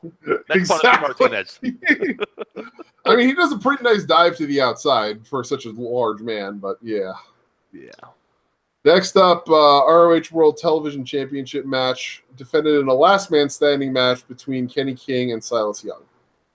Meh. Sure, whatever. And like finally, Young, but whatever. Finally, ROH World Tag Team Championships. The Briscoes, Mark and Jay. Yeah. Versus Jay Lethal and Hiroshi Tanahashi. I'm in. Go to the fucking show. I'm in. Sorry, Alex. Sorry, Carissa. Y'all have fun on your dates. Have lots of beignets. Drink some Hurricanes. I'm going to go watch fucking Ace and Jay Lethal. By the way, Chris, Jay Lethal has been low-key awesome for like a year. He's been really good. Oh, God. All right. I'm in. You know what? Going solo to Ring of Honor. Cannot wait. Yep. Me and 10,000 other neckbeards. So I'll be clean shaven. Neckbeard is a state of mind. Yes. So there's going to be a lot of Bullet Club shirts and a lot of really bad BO. But I don't care. I don't care. Man, there's some real good potential for some real good stuff on this show. So and none of it will be from the crowd. I hope you enjoy it. I plan to. Sorry, NXT. NXT is going to be great. They finally pulled the trigger on Gargano Ciampa, right? Yep. It's official. Unsanctioned match. NXT is going to be so good. Yeah. But that event is going to be next week. Stupid good. Oh, yeah. We're definitely talking about that next week. Next week, we're talking all the title matches. So we got a lot to talk about. Next week, we're doing WWE and NXT, basically. Yeah. All right. So, two more matches of note, or two more events of note to talk real here. quick, blitz through them. Well, both presented by Game Changer Wrestling. Mm-hmm. First, Joey Janela's Spring Break 2. Yes. If you remember Spring Break 1. It's like midnight Saturday, right?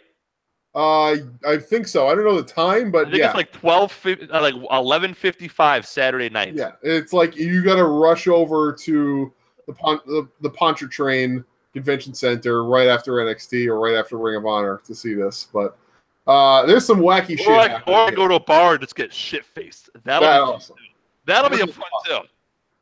What we got here? First up, we've got a singles match: Joey Janela versus the Great Sasuke. Oh, when that's your first match of the card, you know these just wacky ass shows, man. Wacky show, wacky shit. But Spring Break 1 was so fun. Yeah. Next up, with like Glacier and Dan Severin and yeah. Next up, David Starr versus Mike Quackenbush. Whoa. Okay. Yeah. Okay. Yeah. Quackenbush said Starr. Have you seen David Starr live yet, Chris? I've seen him once. He's pretty great. He is excellent. He's a lot of fun. Yes. And Mike Quackenbush, if you're not familiar with him, Mike Quackenbush is the progenitor of Chikara and a indie star of his own right, although he has toned it down quite a lot in recent years.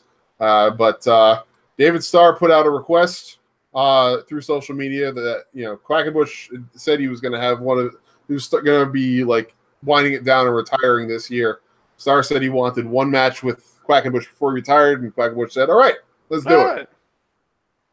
Next up, this is a name that I'm not at all familiar with, but there's this. Given the statistics about him, it should be pretty freaking interesting. Pierre Carl Ouellette, a 50-year-old from the Quebecers, a 50-year-old freelancer from Quebec. He was in the WWF in like 1990. Really? Look him up. Look up the team, the Quebecers, from like the late 80s / early 90s. Yeah, it says he was in WWE or WWF, WWE, and also WCW. Quebecers tag team. Yep. It's spell. I'm telling you, I don't make this shit up, man. Yep, yeah. The Quebecers, Jacques and Pierre. Yep, that's him. Yeah, I knew it from like the 90s. Yep, Pierre Carlette. Well, he's facing Walter. Good luck, friend. It's been real. Yep. It's been real. Hope you've enjoyed your 50 years of life. Hope you enjoyed it. You know what? You know what Coolio says in Gangster's Paradise? I'm 23. Will I live to see 24? I don't know. Well, homeboy, you're 50. You ain't going to live to be 51. C'est la vie. Viva la France. R.I.P.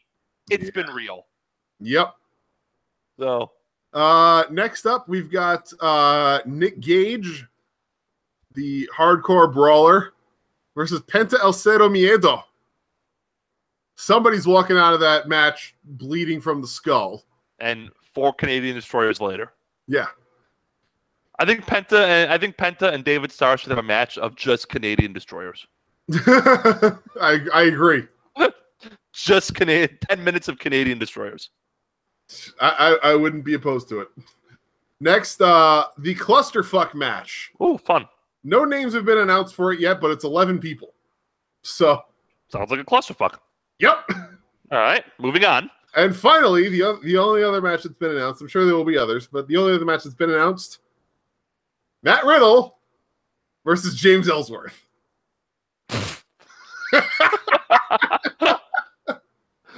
If you haven't seen the promo... wait. There's not a different James Ellsworth, is there? No. It's okay. Who you think it is. There's not a different Matt Riddle, is there? Nope, it's who you think it is. I got to go to the show too now, don't I? Yeah. Yeah, I do. If you need convincing, go watch the... there's a promo video on James Ellsworth's Twitter. Where it's him talking about, how he got, his big, he lived his dream, he got his chance, and, now he's doing it on the indies, and he really wants to fight Matt Riddle, just being real enthusiastic and real upbeat. And then it cuts back and forth between that and Matt Riddle in some hallway backstage at some show being like, do I really have to fucking fight James Ellsworth? Are you fucking serious? Did they really book this? It's the most hilarious thing. I'll find this. You gotta send me a link for this. Yeah, it's amazing. That's gonna be hilarious. I sent you a link, by the way, on the chat that you and I and Sal have of Lee versus Riddle. When Riddle tries to jump on Lee, and he just shoves him across the ring at PWG. Yeah, it's like the greatest. I love wrestling. Wrestling fans love wrestling. Yeah. So. Right. And then the last show that we're going to talk about here is IG Big Battle? No. Is that still a thing? Yes, it is. But I don't know. I don't know if it's... There'll be like 10 people there. I don't know if this is happening at... Style Battle? No. Oh. Is that still a thing? Yes, that is a thing. That is happening. But Fred Yehai always wins. Maybe not this time, but we'll see. No, this is Matt Riddle's Bloodsport. Oh, yeah. This is definitely a thing. Yes. On Thursday.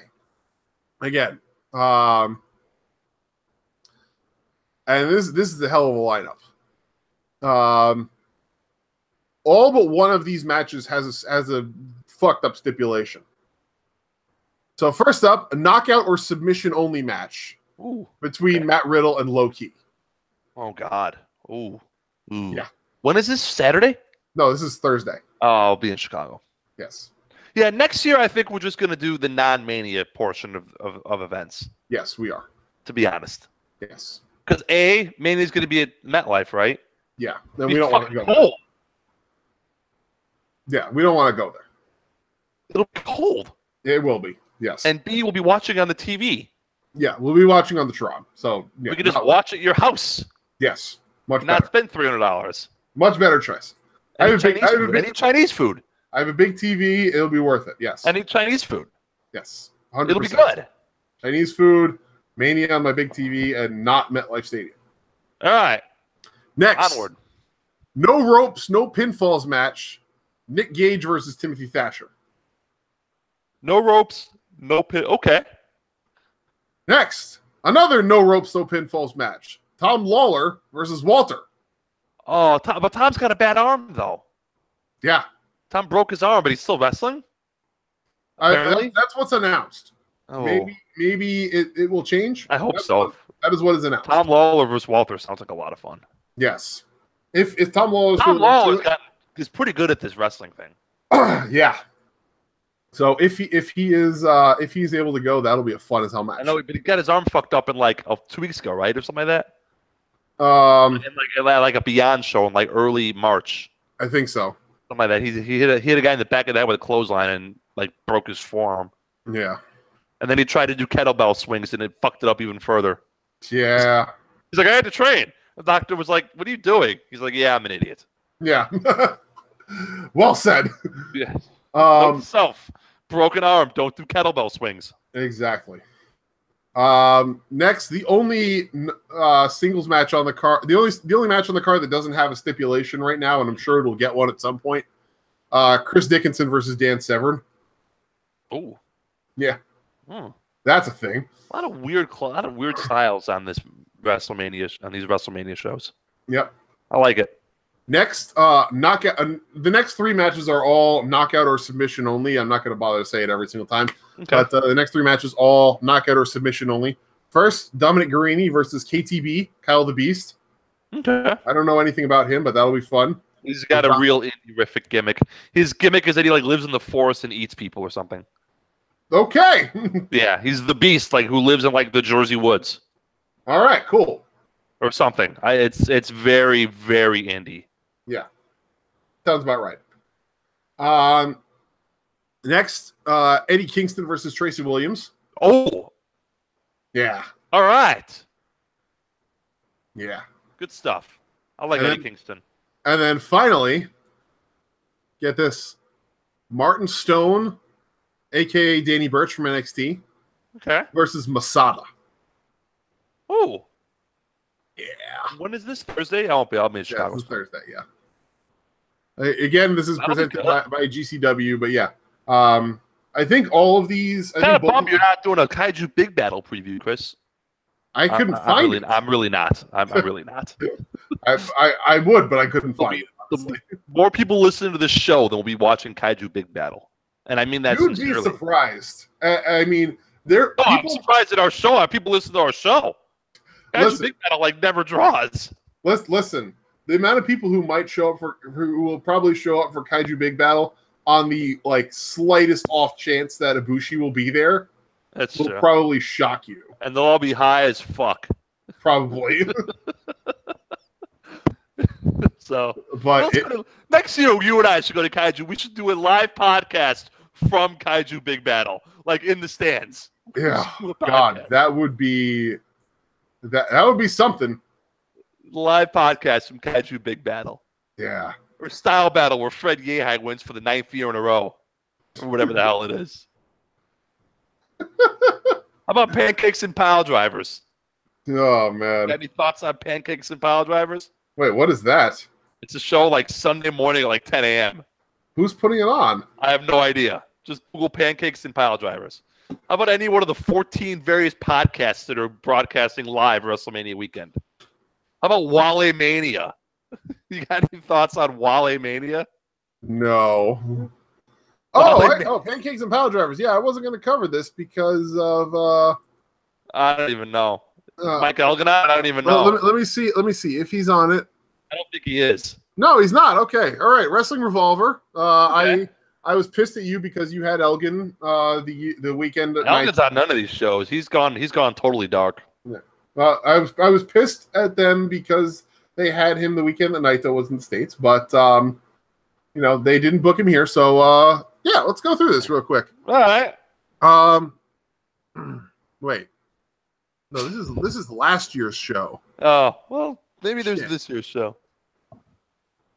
Hang on, let me see if I can find this. Oh, yeah, there's a show called Pancakes and Pile Drivers. Yeah. No, I don't disagree with you. Okay, here we go. All right. Okay, here we go. Revolver events. Pancakes and Pile Drivers too. I got it. First time ever, Eddie Kingston versus Juice Robinson. Really? Yep. That sounds good. Yeah. I may have to go to this. This is Saturday morning at 10:30. Doors open at 10:30. Show starts at 11. So it's basically It's basically either this or Progress. So, this is a good card. Yeah. Next up, we've got AAW and Revolver Tag Team Championship ladder match. Besties in the World versus Wentz and Xavier versus Aussie Open. Next up, Jeff Cobb versus Shane Strickland. Yeah, I may have to go to this. This actually looks like it'll be a lot of fun. Actually, it looks like a souped-up AAW show, to be honest. Yes, Marty DeRosa is actually wrestling. Colt Cabana and Marty DeRosa versus Joey Ryan and Session Moth Martina. Who the fuck's Marty DeRosa? I have no idea. What is with this? Maybe I think based on the picture, Marty DeRosa is Colt Cabana's co-host for his podcast. Possibly. And he's wrestling Joey Ryan and Moth Martinez. Yeah, Session Moth Martina. Yeah. Yeah, I'm not going. That is a gimmick match. That is a gimmick match. I'm not going to that. I'm sleeping in. Yeah. Well, I don't know. Maybe. Let's look at the rest of this. Triple threat match. Jessica Havoc versus Kimberly versus Meiko Satomura. Yeah, I should go to this show. You're going back and forth. Dream Tag Team match. Lucha Brothers, Rey Fenix and Penta El Cero Miedo versus Teddy Hart and Jack Evans. That'll be fun. Yeah. Then Ohio versus Everything Tornado Tag Team match. OVE versus AR Fox, Joey Janela, and Brian Cage. Okay. And then, here you go. AAW Heavyweight Championship match. Champion ACH defends against Trevor Lee. Cool. Go ACH. Go ACH. But yeah, that's Pancakes and Pile Drivers. And that's the last one. We're not talking about any others. Because it's 11 o'clock. And time to go to bed. Yeah. All right. Plugs, yes. Wednesday night shooting, as I've talked about earlier in the broadcast. Tanya and Andrew M. Swift doing yeoman's work, amazing stuff. Love their stuff. This week's episode was highly enjoyable, despite it being slightly interrupted by Tanya having to deal with a possible tornado warning. Oh my gosh. Gotta love that Mississippi weather. But it looks like the show went off without a hitch despite that. So everything's okay. And definitely worth the listen. Go check them out on YouTube. Philip Dawson with the Dawson Report. Thank you, Philip, for sending me that clarification tweet earlier today, letting me know the Dawson Report is going to be separate from the other sports podcast that you do with good brother George. So the Dawson Report. It was Saturday or Sunday we did that. It was a lot of fun. Yep. So the Dawson Report is going to be taking place tomorrow at 3 p.m. Eastern Time, so Friday. And Philip's looking to get the rest of his schedule in order so that he'll have everything all set in stone sooner rather than later. So keep up with him on Twitter at Philip Bexman. Oh yeah, and if you want to follow Wednesday Night Shooting on Twitter, follow Tanya at Militia Malice Joe, or follow Andrew M. Swift at Andrew M. Swift. Simple enough. Buddy Sal over at Match Fixing, Don Sal, doing great stuff. Oh wait, did Swift change his Twitter handle? Or did he? I think he actually got rid of his Twitter. Hang on.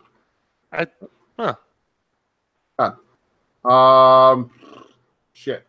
Tanya, if you're okay, Tanya still is in the chat. If Swift has a Twitter handle to follow him on, or he does, it is at Andrew M. Swift. It just wasn't coming up. It wasn't coming up in search results, so I don't know what happened. Weird.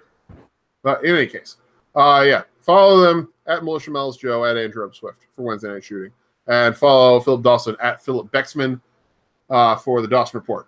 Don Sal at Match Fixing, follow him at Cusmano_Scal, and also follow Cedar Bridge Media at Cedar_Bridge to keep an eye out on Match Fixing for all of Sal's excellent analysis. His most recent episode, which featured Tanya Rogers as a guest, is up now, and he will have more to come in the near future. And of course, on Saturday mornings, our brothers in Little Circle but not Blessed, the podcast Shooting the Breeze with Takers Media and Mr. Dr. Senju at 11 Eastern, 10 Central. You can follow them on Twitter for updates at Shootin' Da Breeze 1. That's Shootin' SHOOTIN DABREEZ 1 on Twitter, and also follow them on their respective Twitters at Takers_Media and at Mr. Dr. Senju. He's changed his Twitter handle finally. MRDRSENJU, to keep up with Shooting Debris. And as always, you can follow our friends at the Married Marks, for their show on all major podcast and syndication networks. Also, Not Your Demographic at Not Your Demo Pod, and the Facelock Feministas at Facelock Femmes. They are also finally back from their hiatus as of yesterday. Good stuff. Episode 109, surprise bitches, came back with analysis on Progress. So you can definitely check them out, of course. And we're glad to have Lady J and Courtney back, of course. You can follow us on Twitter at 2guys1sport, number 1 in the handle. Follow me at crazychris576. Follow George at G@Savas for all of the latest updates and our own personal musings on wrestling and the rest of the stuff that we talk about, which is real baseball heavy, by the way. Yeah, for you, it's all 1-0, bitches. Yeah. 1-0. You can't win them all until you win the first one. 162-0. Here we go. Yeah. Let's do this. Holy shit. 1 down, 161 to go. We got this. That was amazing. That made my night. Well done, sir. Thank you. I'm a nut job. I am nut job baseball fan. I fully embrace it. I did not realize this until to the point that my shoot friends are all like, "Oh God." Yeah. One of them text me when I was going off today. You'll appreciate this. Yeah. He goes, please enlighten me. I can't wait. I go, like, I didn't. I go tie game. I go Schwarber's every bit the disaster. Oh, he goes. I go, fuck Lester. Why are you swinging, my buddy? Haha, you're baseball angry before the first inning is done in the first game.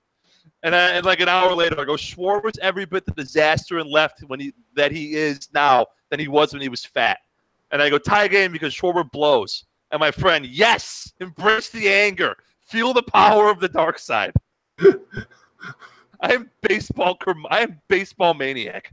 I did not realize this about you until very recently, and I am baseball maniac. You'd be real hard to date a Cardinals fan this season. I'm going to try to make it happen because she's really cool and fun and a great lay. But it's going to be hard for me because she's real hard because she's a Cardinals fan. May have to supersede all that. So I'm going to be very, very restrained, So, all right, finish the plugs. Restrained in your descriptions of her on this show. Oh, yeah, what are you going to do? It's late. It's after dark. We're fine. Yeah. Again, you can follow us on Twitter at 2guys1sport, at G@Savas, at crazychris576. Find us on iTunes. The link is below the video in the description. Subscribe, give us a rating, give us a recommendation, and let the people know. Come listen to us. Come check us out Thursday nights. And spread the word. Next week, episode 56, we'll be back with analysis of all the title matches that will be happening at Wrestlemania and an NXT TakeOver, as well as the full recap of Sakura Genesis and the direction that New Japan looks to be headed in. Real heavy WWE show, guys, as it should be. Yeah, it's the go-home show to Mania. Yes. But yeah, we will have a little bit of New Japan coverage looking at Sakura Genesis and the direction that they're headed going towards Dominion, but mostly WWE. Yeah. So be ready for that. And that is it. Take us out, sir.